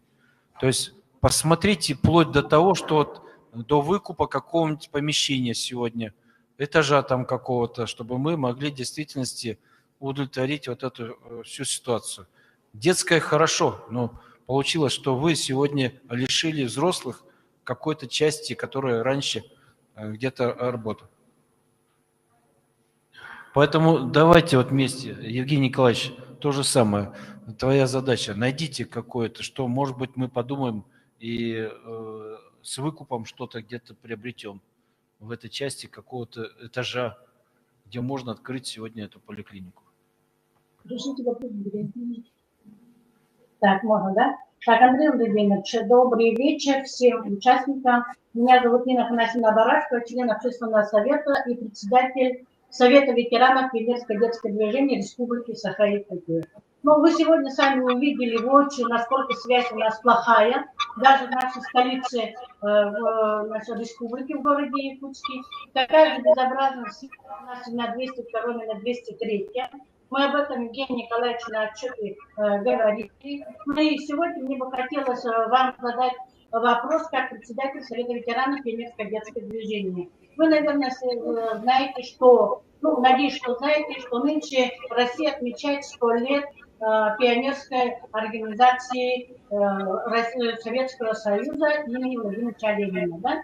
Значит, наш общественный совет и муниципальные советы наши общественные к этому дате очень хорошо готовятся в рамках столетия образования нашей Якутской ССР. Хотелось бы спросить, значит, у вас, как у председателя правительства, насколько, какие мероприятия будут проводить по линии, значит, Министерства образования и Министерства молодежи, посвященной этой дате, поскольку мы, как общественники, все свои предложения, значит, через наши структуры передали министерство, но как председатель Совета ветеранов пионерского детского движения меня практически все знают. Я еще ни разу не получала приглашение или в министерстве где-то обсудить общие наши вопросы по данному мероприятию. Спасибо. Спасибо большое. Но вот знаете, всегда что-то, какое-то, если мероприятие хочешь провести в части чего-то, там, к примеру, вот пионеры, пионерская организация, там, 100 лет, там, и так далее. Ну, сегодня у нас же дети, пионеров я так давно уже не видел здесь, в республике. Да. Ну, вот что там соберутся у нас дедушки да бабушки, скажут, вот 100 лет пионерской организации, ну, тоже хорошо. Ну, это вот можно в таком кружочке. А вот если бы мы детям показали о том, что в действительности сегодня нужно такие создавать патриотические организации, там, чтобы воспитывать и так далее их, вот это да, вот это было бы мероприятие хорошее. Понимаете, то есть любое мероприятие, оно не просто там вспомнили, сели, вспомнили, когда мы были пионерами, октябрятами, там, комсомольцами. Как было здорово, как было прекрасно. А молодежь-то нас не поймет, скажет, что это они себе праздник тут устроили какой-то, пьянку какую-то очередную или еще что-нибудь. Сейчас же молодежь не видела пионеров, только фильмы там, может быть, там книги читает и так далее. Вы бы предложили, как общественники, о создании такой поддержки там наших вот юнармия, там авангард, там что-то такое интересное. Да, мы бы там дали на это дело средства. А просто посидеть, поохать. Да. Андрей Владимирович, я, конечно, извиняюсь, да, вы очень, кажется, далеки от вопросов развития детского движения в Республике Саха-Якутия. У нас лучшее, одно из лучших детских движений в России, которое называется Союз детских общественных организаций Республики, единое детское движение Республики Саха-Якутия, юные якутяне. Конечно, очень жаль, что вы, оказывается, еще... Вот я с удовольствием, вот если вы придете... Но мы вас приглашаем на свой фестиваль. Вот в рамках празднования. Детским активом и так далее. Арсений Николаевич очень хорошо, Арсений Сергеевич Николаев очень хорошо знает. Даже у нас есть, значит, разработка, которая пошла на всю Россию. Смотри, это Россия, это был наш проект детский. То есть у нас детское движение республики одно из лучших в России. Вот я с Я удовольствием об пришел этом, бы, а не о да. встрече ветеранов. Ветераны, они сами встретятся. Мы не просим вас, да? Да. Мы говорим о том, чтобы детское движение нашей Якутии, она дальше развивать, поскольку, наверное, 23-24 февраля прошло в Москве большой форум, где, значит, решили, что будет создаваться единое детское движение России. Я вот в этом ракурсе хотела спросить, Вот. просто поняла, что вы, конечно, не в теме. Спасибо. Вот вы знаете, я с удовольствием пришел бы, посмотрел бы, потому что сегодня очень важно вот эти, кто создает детские движения, кто поддерживает детей. Я с удовольствием пришел бы, и вот это в действительности и спонсоров нашли бы, и поддержали, потому что это сегодня важно. Вы помните, как в каждом районе были раньше дома пионеров, когда дети там трудились, приходили, куча кружков было, там различных, и так далее. Вот это вот восстанавливать, вот это за двумя руками. Готов. Ну вот а по связи, что у вас плохая связь, ну я думаю, Аскалоныч скажет, тут у нас главный по связи. Да, спасибо за вопрос. Хочу сказать, что на самом деле надо, чтобы у всех правильное понимание было. На самом деле связь в городе улучшилась. Я сам житель города, здесь 44 года живу. Сейчас модно так сегодня на отчете называть, сколько лет живет в городе. Вот. За последние 7 лет связь улучшилась, связь 4-го поколения. Сейчас все, наверное, забыли, когда не было возможности на мобильный телефон загружать через 4G там YouTube, социальные сети. Но надо сказать, что с 203-м микрорайоном эта проблема действительно есть. Вот, Андрей Владимирович, вы сегодня сказали, что плохо проектировали социальные объекты, также и не проектировали, соответственно, линии связи. Напихали домов, а вы знаете, что каждый дом сейчас монолитно-каркасное сооружение. Любой дом – это есть преграда для передачи данных. И действительно, на 203-м микрорайоне у нас проблема именно с сотовой связью. То есть кабель-то мы тянем, любая заявка по БШПД мы выполняем, джипон в каждую квартиру тянем, проблем нет. Мы сейчас, вот Евгений Николаевич, у нас вопрос стоит с мобильными операторами выделения земельных участков. То есть надо устанавливать дополнительное оборудование. Мы с операторами этот вопрос ведем. Я думаю, что если земельные участки будут выделены, но опять же, чтобы жители не выходили против установки, потому что когда рядом с домами устанавливаются вышки мобильных операторов, тоже выходят, голосуют против. Ну, вот честно скажу, чтобы я тоже голосовал против, когда напротив твоего окна стоит эта передающая станция, и тебе долбит по голове каждый день. Андрей Владимирович, ну надо определяться нам либо так связь. давайте продумайте, может быть, ее поднимать на крыше, может, выше. Так на крыше тоже люди против. Не, ну, либо какой-то делать, как я еще раз говорил, ретранслятор, что-то, чего-то. У нас есть проект покрытия 203-го микрорайона, коллеги, мы на общественное слушание ее выставим. Если земельная служба нас архитектура поддержит, то мы даже во второй полугодие этого года можем установить оборудование. Я так отвечу. Хорошо. Ну вот, Евгений Николаевич, давай-ка вот по развитием по связи тоже районов, города, ты как-то ставь вопрос. Если тебе помощь нужна в этой части, мы готовы собраться все, опять-таки, пригласить Ростелеком и какую-то такую программу действительно сделать. Потому что посмотри, что со связью очень плохо все. Сегодня вот порой иногда с Татинским районом проще общаться, чем в городе вот с такой связью. Ну, Андрей Владимирович, связь у нас отличная, еще раз говорю. То есть вот сегодня то, что были перебои в пригородном, это проблемы микрофона были.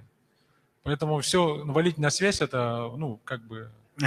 Я не согласен с такой постановкой вопроса. Хорошо. Вот видите, министр защищается. Если бы у вас не было связи, конференции бы не было сегодня. Да, министр защищается, поэтому согласен. Но еще раз говорю, надо это все улучшать и делать каким-то в действительности программой, Евгений Николаевич.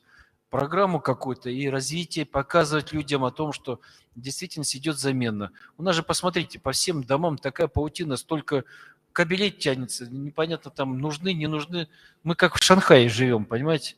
Тут куча этих, каждый, кому не лень, тащит кабель. Тащит, ему не, есть ли у него разрешение, нету этого разрешения. И вот между домами, между подъездами, скоро уже в балконы будет у каждого свой кабель. Поэтому как-то порядок надо наводить, и это все программным каким-то документом определять. Так, хорошо, дальше пойдем. Вот из зала у нас вопрос, пожалуйста.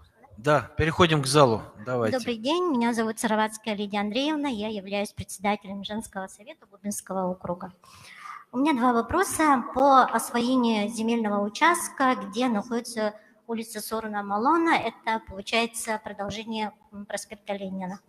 Я услышала, что у нас планируется улучшение, да, вот, города Якутска, это очень радует. И хотелось бы, вот есть у нас такой овраг, в простонародье мы так называем, да, между 10-м и 10-3 микрорайоном, который в течение 5 лет не осваивается. И с помощью ПМИ мы построили мост, да, железный мост, через который переходят почти 17 тысяч человек. Да, вот в 203-м микрорайоне у нас очень много молодых семей, многодетных. И вопрос вот такой, когда будет освоен данный земельный участок, да, и второй вопрос, вот мы смотрим, получается, в Губинском округе 7 кварталов, один из них очень густонаселенный, 17 тысяч, как вот скворечники, да, очень много. И деток, детей очень много, с каждым годом рождаемость повышается, тоже радует, да, по городу Якутску мы занимаем первое место, ну, город Якутск имеется в виду, но у нас нет ДЮСШ. Да, вот в Губинском округе единственный округ, где нет спортивного комплекса. И женщины, активисты, спортсменки, они у нас создали команду волейбольную и участвуют в высшей лиге. У нас стал вопрос, где мы будем заниматься, да, и нигде, потому что все округа занимаются в своих ДЮСШ, да, спортивных комплексах, и получается перенасыщенность. Нету такой возможности у нас заниматься. И хотелось бы вот в новой территории, где продолжение, получается, от улицы Ефимова, да, где вот будет поликлиника, там школа, возможно ли там в будущем, светлом будущем у нас появится спортивный комплекс? Спасибо. Ну, я думаю, вот, Евгений Николаевич, давай-ка разъясни всю эту ситуацию, как дальше. Потому что в действительности вот настроили вот так, что не спланировали никаких вот этих вещей. Я просто удивлен, кто вот так это делал и как это все планировалось. Ну, кто делал, как делал, это известные факты с точки зрения, значит, там единый оператор, застройщик был, согласно в то время действующим нормативам, все это было построено. С точки зрения сегодня наличия спортивного объекта, но сейчас вот семейный спортивный комплекс, спортивный, частный капитал, вот застройщик построил, компания «Мичан» называлась, на 203-м микрорайоне, будет сейчас вводиться по относительно оврага, который вот сейчас прозвучал. Мы провели в прошлом году работу, планируем обустроить там плоскостное общественное пространство, проще говоря, сделать площадь типа сада, парка. Это будет сделано, потому что у нас нет никаких зеленых насаждений на территории 203 микрорайона в требуемом количестве, к сожалению, это факт, и это, чтобы исправить эту ситуацию, будет проведена эта работа. Хорошо, понял. А со школами, конечно, спортивными что-то надо делать, потому что, видите, получается, либо, я так понял, что надо... Вот 204 микрорайон, если дальше в логике развивать, за улицей Виктора Ефимова, вот там нужно школу, больницу, спортшколу, поликлинику, все. Ну, вот тогда надо проектировать это все дело и уже вносить план территориального развития, чтобы люди в действительности видели, и это территориальное развитие, оно должно быть...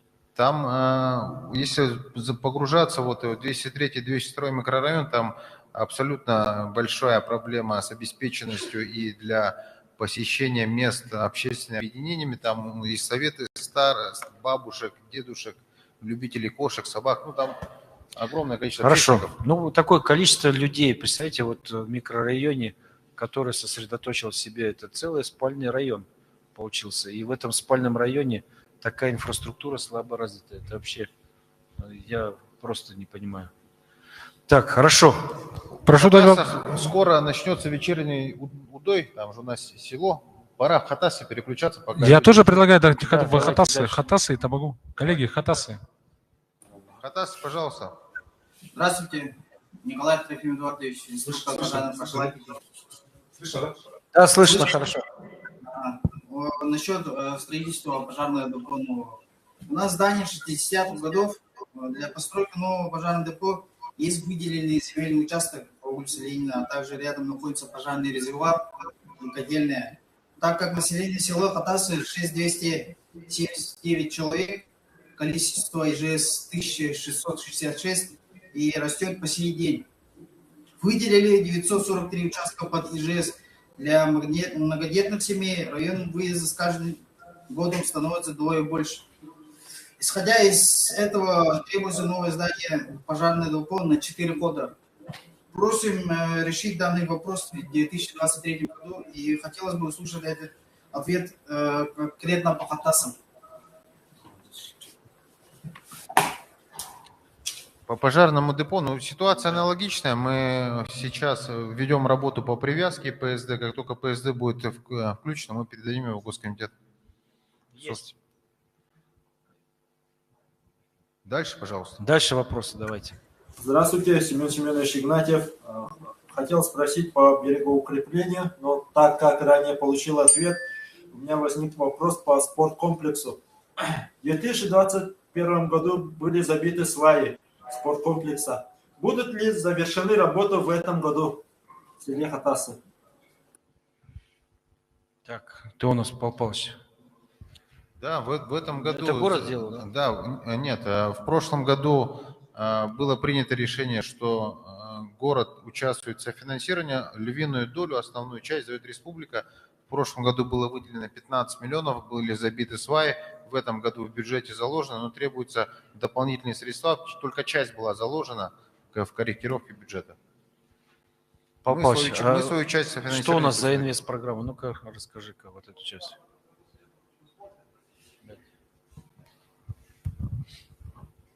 В прошлом году, 20 числах августа, была забита первая свая спортивного комплекса. Свайное поле на сегодняшний день готово.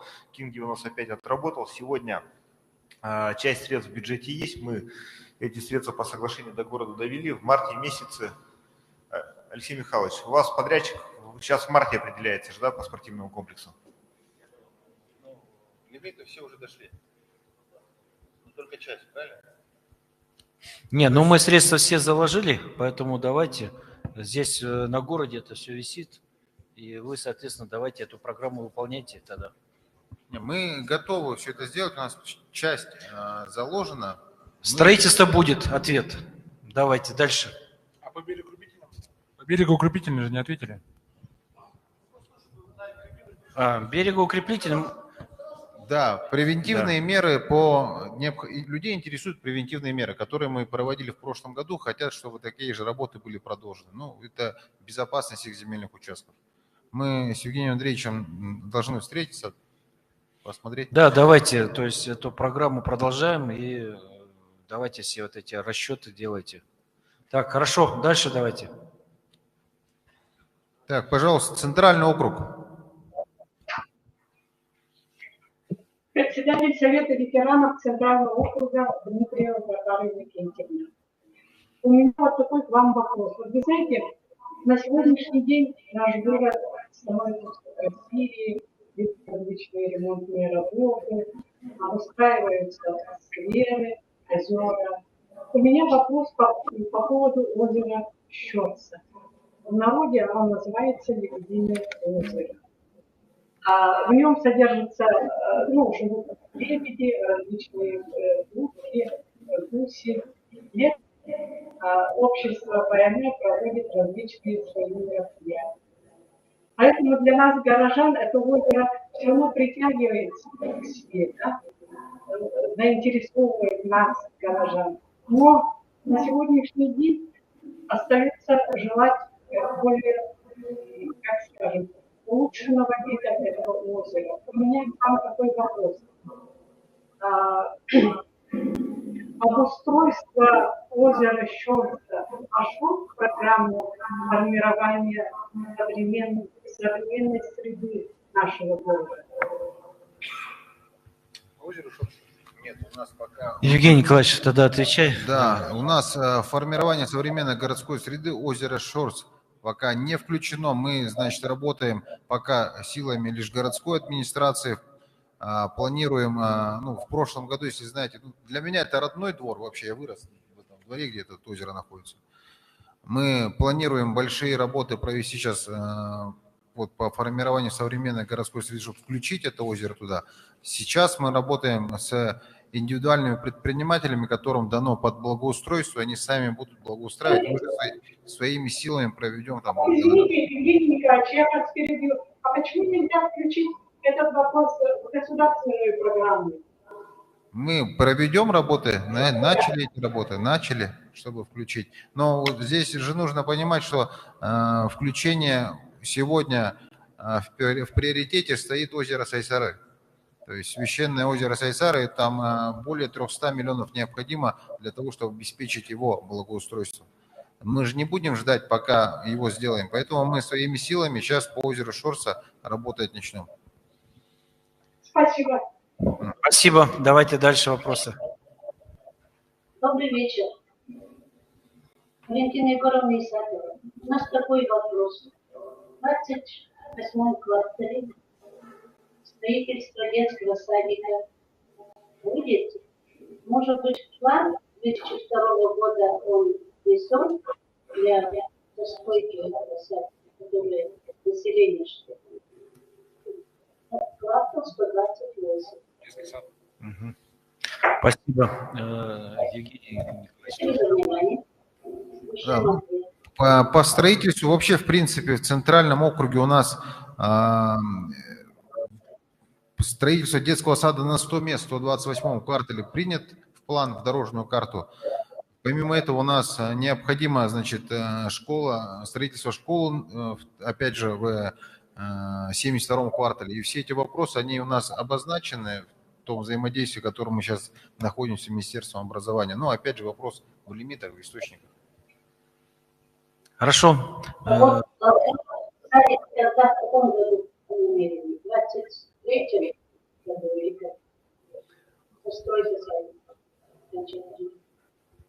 Ну, нам первично необходимо сегодня определить, значит, ну вот, как видите, Андрей Владимирович, каждый 5-6 вопрос касается соцобъекта и наличия проектно-сметной документации.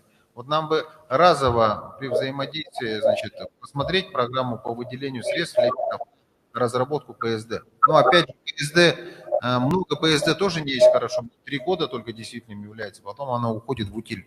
Собственно, поэтому нужно найти этот баланс. Я считаю, мы пока в тех ресурсах, которые можем выделять в рамках работы с Министерством просвещения, Министерством образования республики, мы идем вот нога в ногу. То есть ни много, ни мало, а сколько надо. Хорошо, вот мы поэтому и собираемся. У нас еще есть один вопрос из зала. Да, пожалуйста. Слушаем вас. Слушаем вопрос. Вопрос. Андрей Владимирович. Да. Директор. В зале? Давайте сейчас в зале дадим. Микрофон дайте.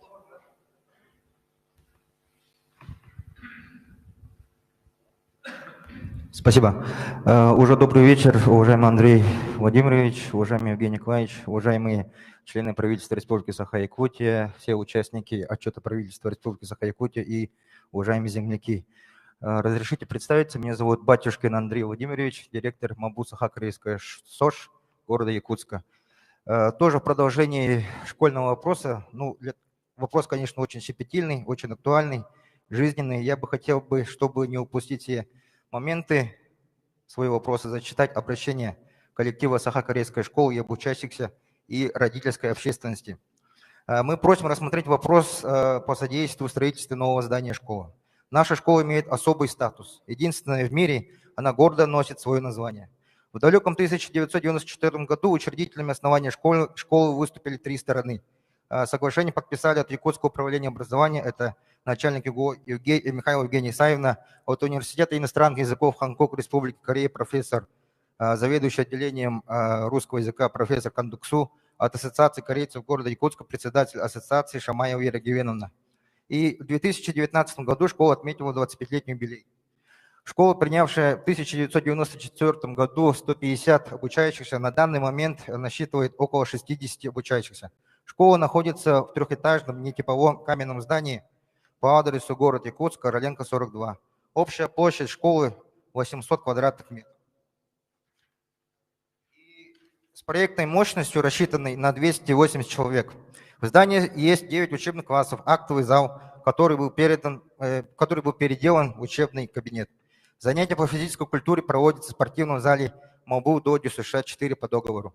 Питание обучающихся организовано по буфетной системе и обеспечивается по договору столового речного порта.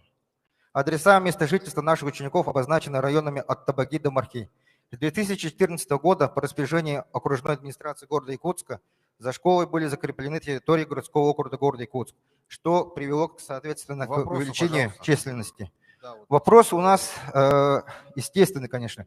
Мы нуждаемся в увеличении площадей и в строительстве нового здания школы и убедительно просим оказать нам помощь и очень надеемся на ваше понимание и поддержку и надеемся, что данный вопрос будет рассмотрен на уровне правительства Республики Саха-Якутия. Спасибо. Спасибо. Проблематику эту знаем.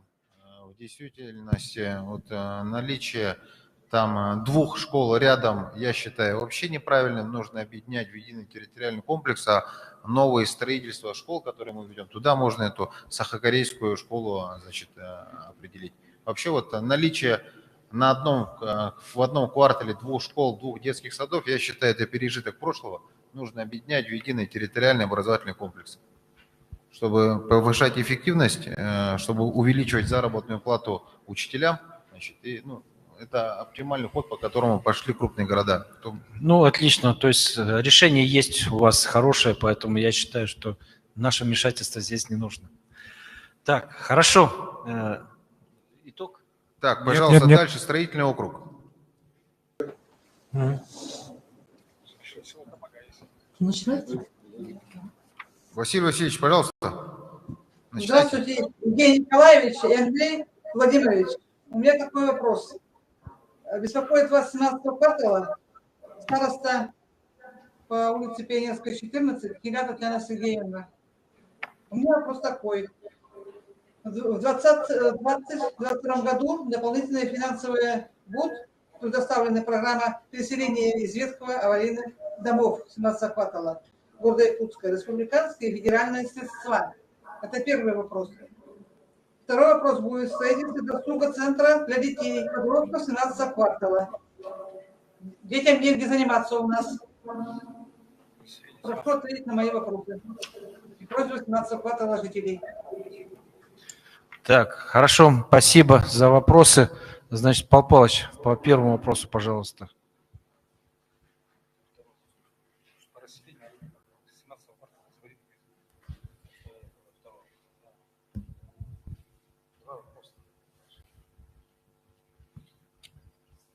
По 17 кварталу, сейчас вот открою, да, файл, чтобы... У нас в целом в 17 квартале находится 173 многоквартирных дома.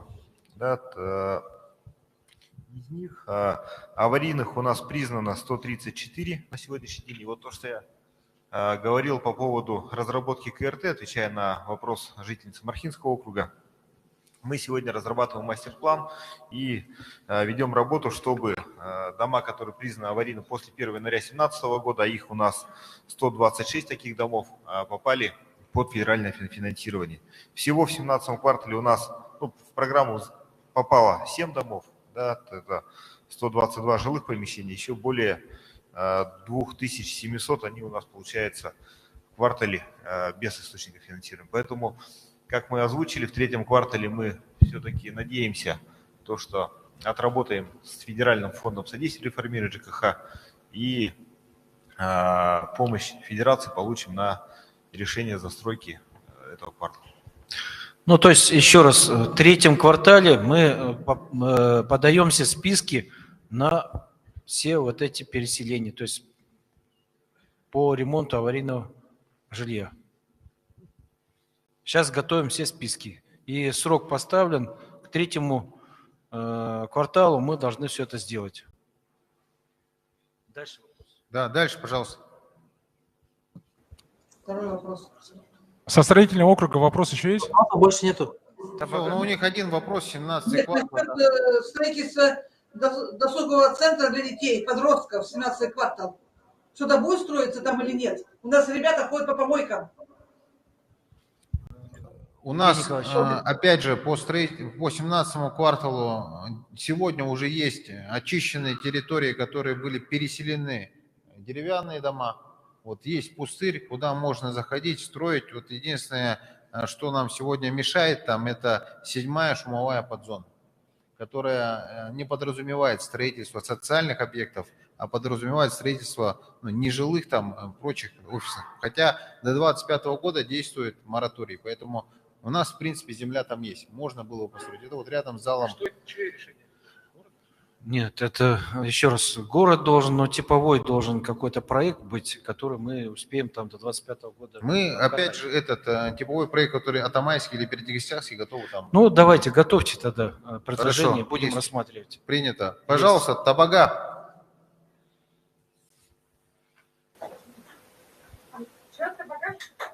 Добрый вечер. У меня вопрос по водоснабжению. У нас жители села Новая Табага и Старая Табага, Долгая Табаге, частный сектор. Старая Табага все живут без водоснабжения. В летнее время есть вода, круглогодично оно отсутствует. И вообще качество воды у нас, да, водопотребления, пищу, для питья, оно непригодно. Так как скважина находится в колонии исправительной, ну и вода не очень хорошего качества, так сказать. Вот хотелось бы такой вопрос задать, когда у жителей села будет круглогодичное водоснабжение, нужно ли решить как-то со скважиной, какую-то другую скважину или еще воду. Хорошо, спасибо. Вот они возле реки. Да. Спасибо. Значит, вот еще раз, тебе тоже еще третья задача посмотреть эту скважину, что там за проблема была, почему вода некачественно идет, и по глубине, и тоже доложить о том, что можно сегодня исправить или что сделать можно. Да, наличие скважины есть в Табаге. Разберемся, да, подготовим информацию. По геологии все это. Так, второй вопрос давайте. Добрый вечер, Филиппова Елена Владимировна. У меня вопрос по строительству школы. То есть наши дети продолжают учиться в 2 смены, сидя, извиняюсь, на головах друг друга, когда у нас появится возможность нашим детям ходить в 1 смену в школу. Далее у меня вопрос по строительству спортивного комплекса. Было сказано, как будто у нас заложено строительство типового, да, комплекса и также здание МФЦ. Автобусы у нас ходят крайне редко. Выезжать за пределы Табаги, ну, как бы вот по таким потребностям, да, как спорт, это очень тяжело в нашем случае, поэтому нам бы очень хотелось иметь свой спортивный комплекс. Спасибо. Спасибо, Евгений Николаевич. Да, ну, по спортивному комплексу ситуация абсолютно идентичная со всеми пригородами. По строительству общеобразовательной школы мы в течение 2021 года с Министерством образования провели работу по включению в список по линии госкорпорации ВБРФ, но в свете, значит, последних событий 1 марта, к сожалению, было принято решение, что не нами, а ВЭБом, что из 11 объектов там большая часть выпала, к сожалению. Пока в статусе того, что вот мы находимся с информацией с 1 марта, что искать нужно другие источники. Это по школе, да? По школе, да. По школе. А там сегодня мощность какая школы? У них сегодня в школе там 450 детей, да, учатся? Точно сколько в Табаге? В Табаге сколько детей учатся? Наталья Романовна? 300 с лишним. 480 уже, да? Было 450. 480 детей, но по факту она сельская школа перегружена. Перегружена уже, конечно, да, получается. Хорошо, ну давайте посмотрим, то есть тоже в общей программе, когда мы собираемся с вами, давайте обсудим этот вопрос и его решение. Хорошо, вопрос еще какой?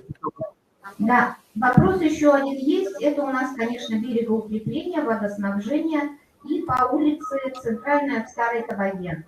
Но там очень, вот в связи с большими строительствами на горе, нужна реконструкция, ремонт улицы Центральной. Какой-то для расширения или ну, ремонт дороги центральной. Хорошо, ввода... До первого автобуса, ну, до конца села или уже в район кластера. Потому Хорошо. что у нас очень много посетителей, ну, скандинавы, они все как бы, когда возвращаются с культурного отдыха, бегут на автобус. Хорошо, значит, смотрите, по воде мы договорились о том, что мы посмотрим сейчас характеристики скважины, почему у вас вода там такое сегодня, таблицу такую Менделеева дают плохую, проверим на самом деле, что происходит, и нужно ли углубляться или что-то, какие-то решения другие отработать. Второе, по берегоукреплению. У нас сейчас делается единый проект, который вы тоже попадаете в этот проект, и с вас будет начинаться набережная большая. Идти по всему городу, то есть будете в город ходить по набережной теперь. Теперь дальше, по дороге.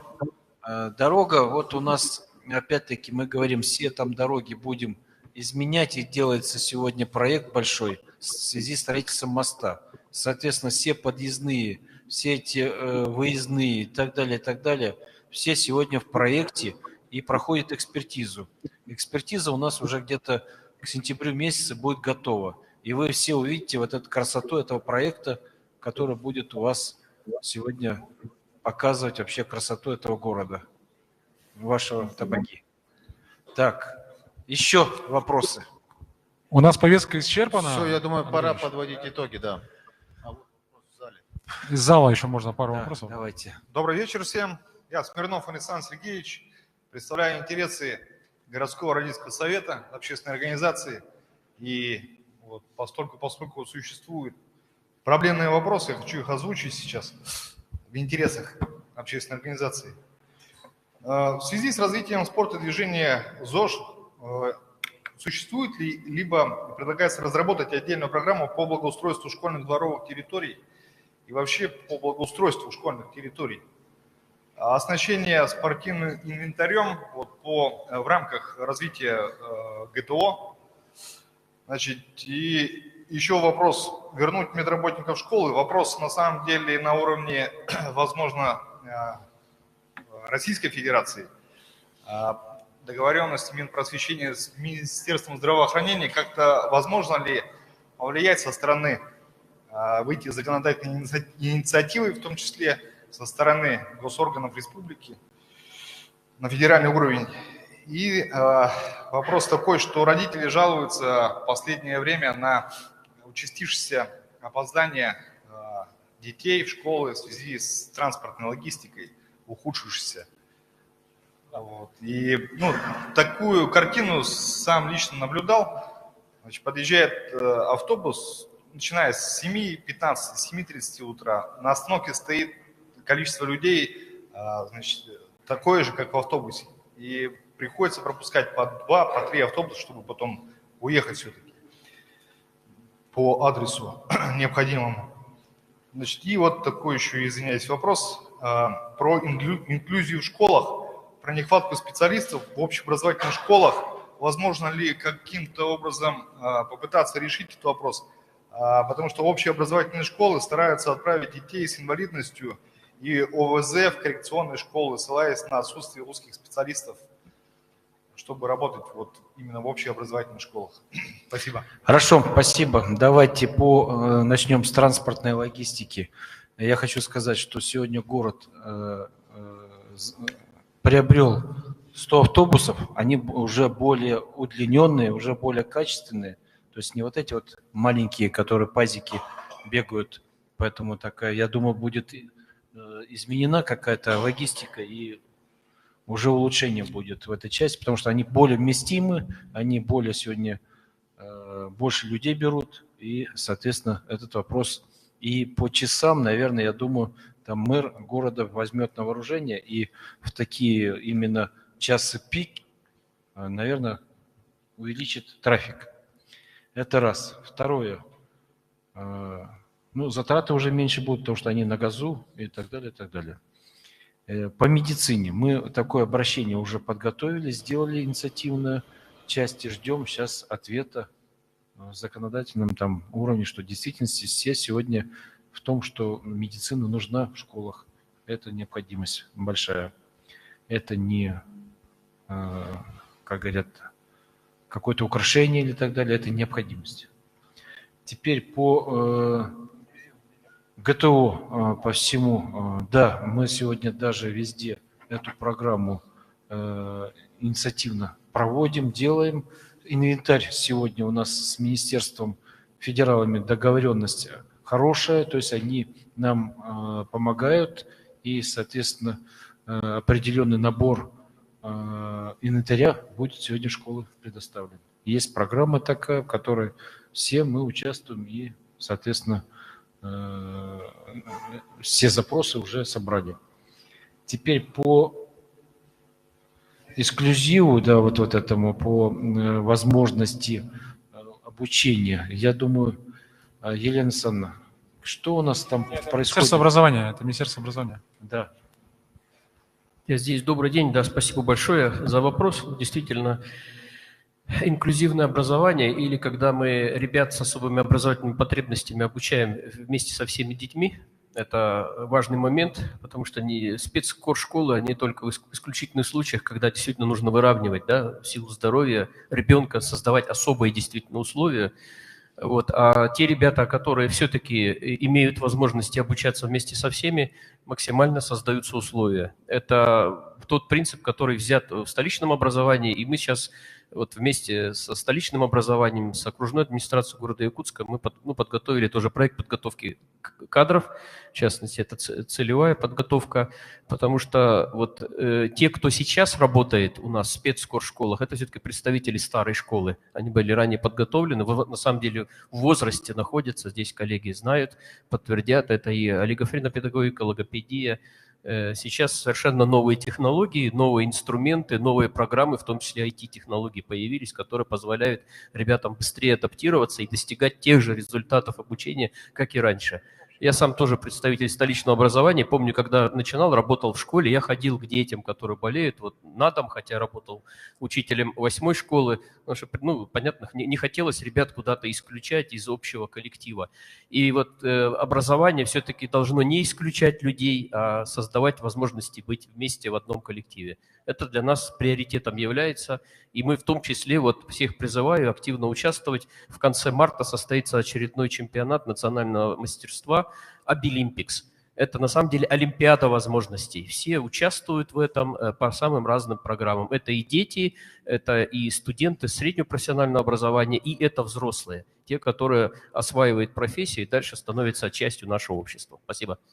Спасибо. То есть вариация обязательно, то есть надо как-то, Евгений Николаевич, тоже, если такие позывы поступают о том, что отказываются, надо как-то пресекать и находить решение этого вопроса, чтобы такого вопроса даже не возникало, потому что мы сегодня все условия создаем для того, чтобы нормально сегодня обучать всех детей. Здесь вопрос народный депутат Иван Иванович Данилов хотел задать еще.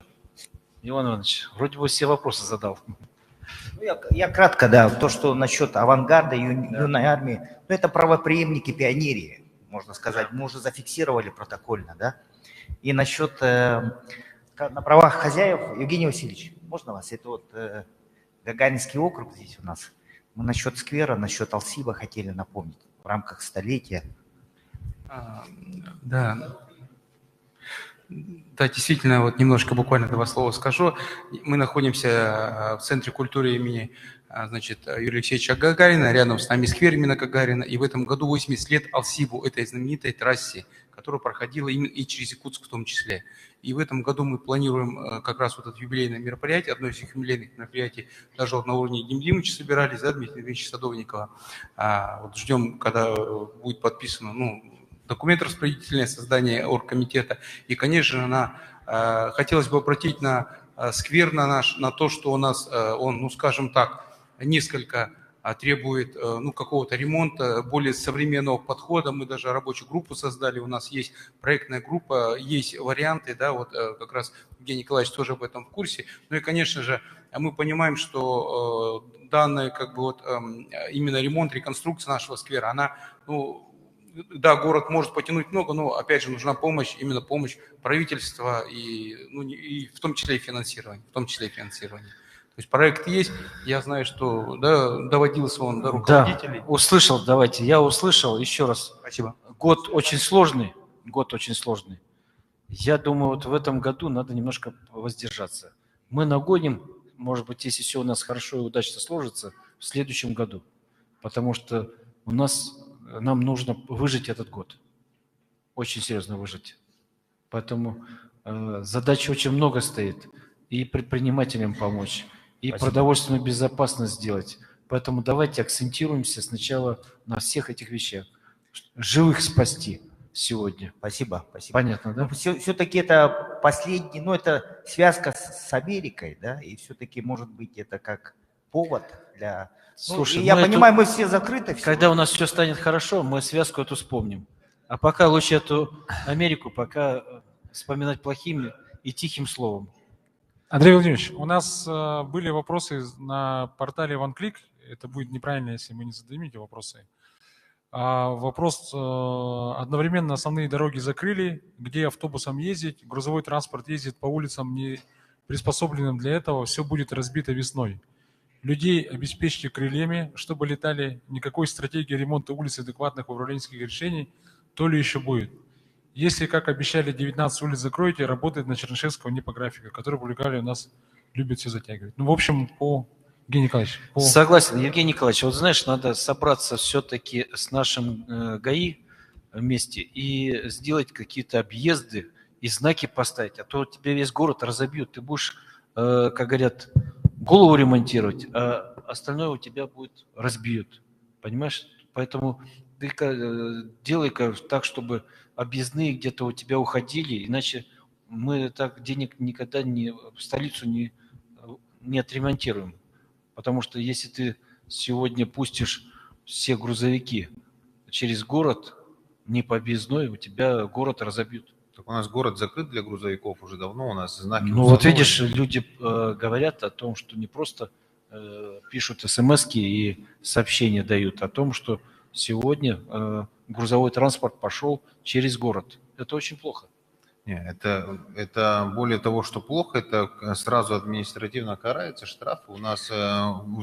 Знаки, значит, знаки и просьба жителей тогда, обращайтесь с жителям, чтобы фиксировали номера тех машин, прямо обращение делайте, фотографируйте эти номера, сдавайте тебе, чтобы наказывать этих нерадивых водителей, которые носятся по городу и так далее.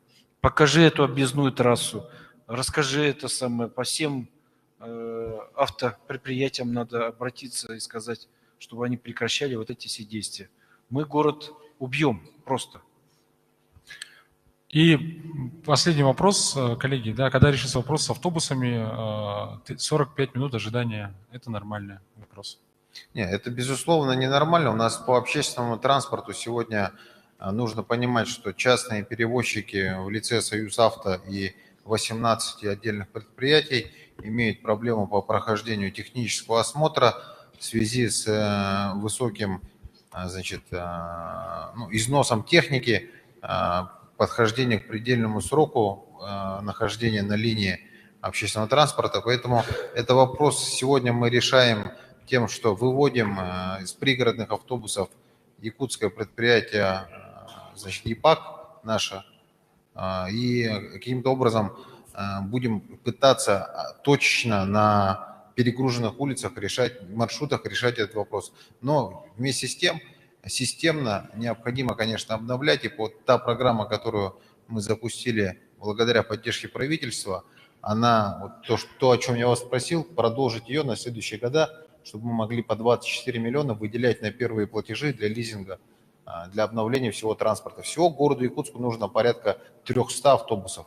300 новых автобусов, мы пересматриваем все маршруты, уходим на брутто-нетто-контракты и забываем, как вот перелистываем этот лист истории, все эти пазики и непонятные маршруты. Все, я понял. Значит, мы сегодня вам уже где-то около 100 автобусов сделали. Теперь мы обратились в федерацию с тем, что сегодня есть фонд, утилизационный фонд с тех машин, которые покупают наши жители, они вносят вот эти иномарки, они вносят, соответственно, оплату за утилизацию этих машин и платят за это. То есть он находится в стоимости этой машины. Мы обратились в правительство, чтобы из этих денег выделить на общественный транспорт, покупку, приобретение, там, лизинг общественного транспорта. И так как это деньги граждан, людей, мы посчитали, сколько сегодня этих денег затратили наши жители республики и, соответственно, показали, что мы имеем право претендовать на вот такую долю. Ждем оттуда ответа. Я думаю, он будет положительный.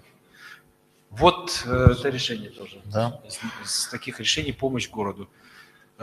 Еще раз, я думаю, все вопросы, да, уже более 40 вопросов отработали. Еще раз хочу сказать огромное спасибо. Вопросы интересные были. Много интересного так узнал, что происходит в городе, как сегодня развивается город.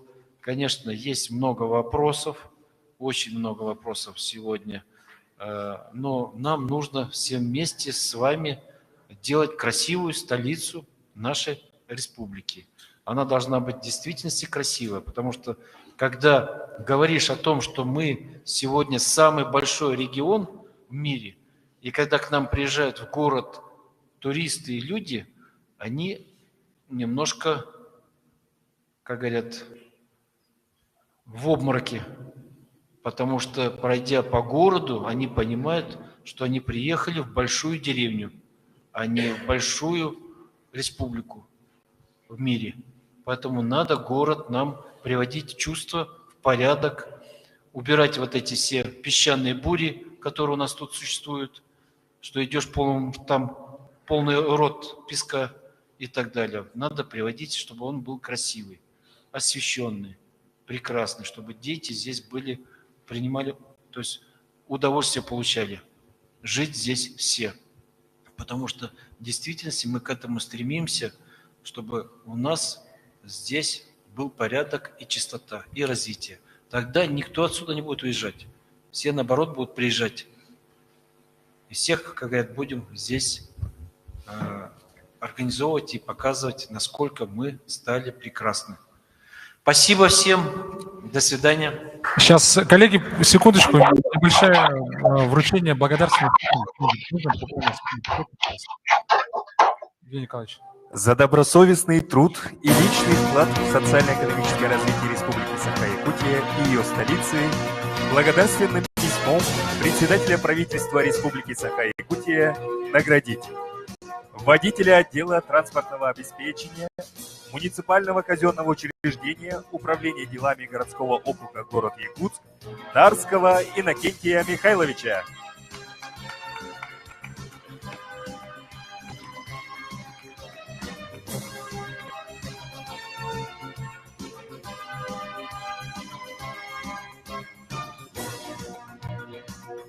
Руководителя муниципального казенного учреждения Управа Гагаринского округа городского округа город Якутск Сидоренко Евгения Васильевича.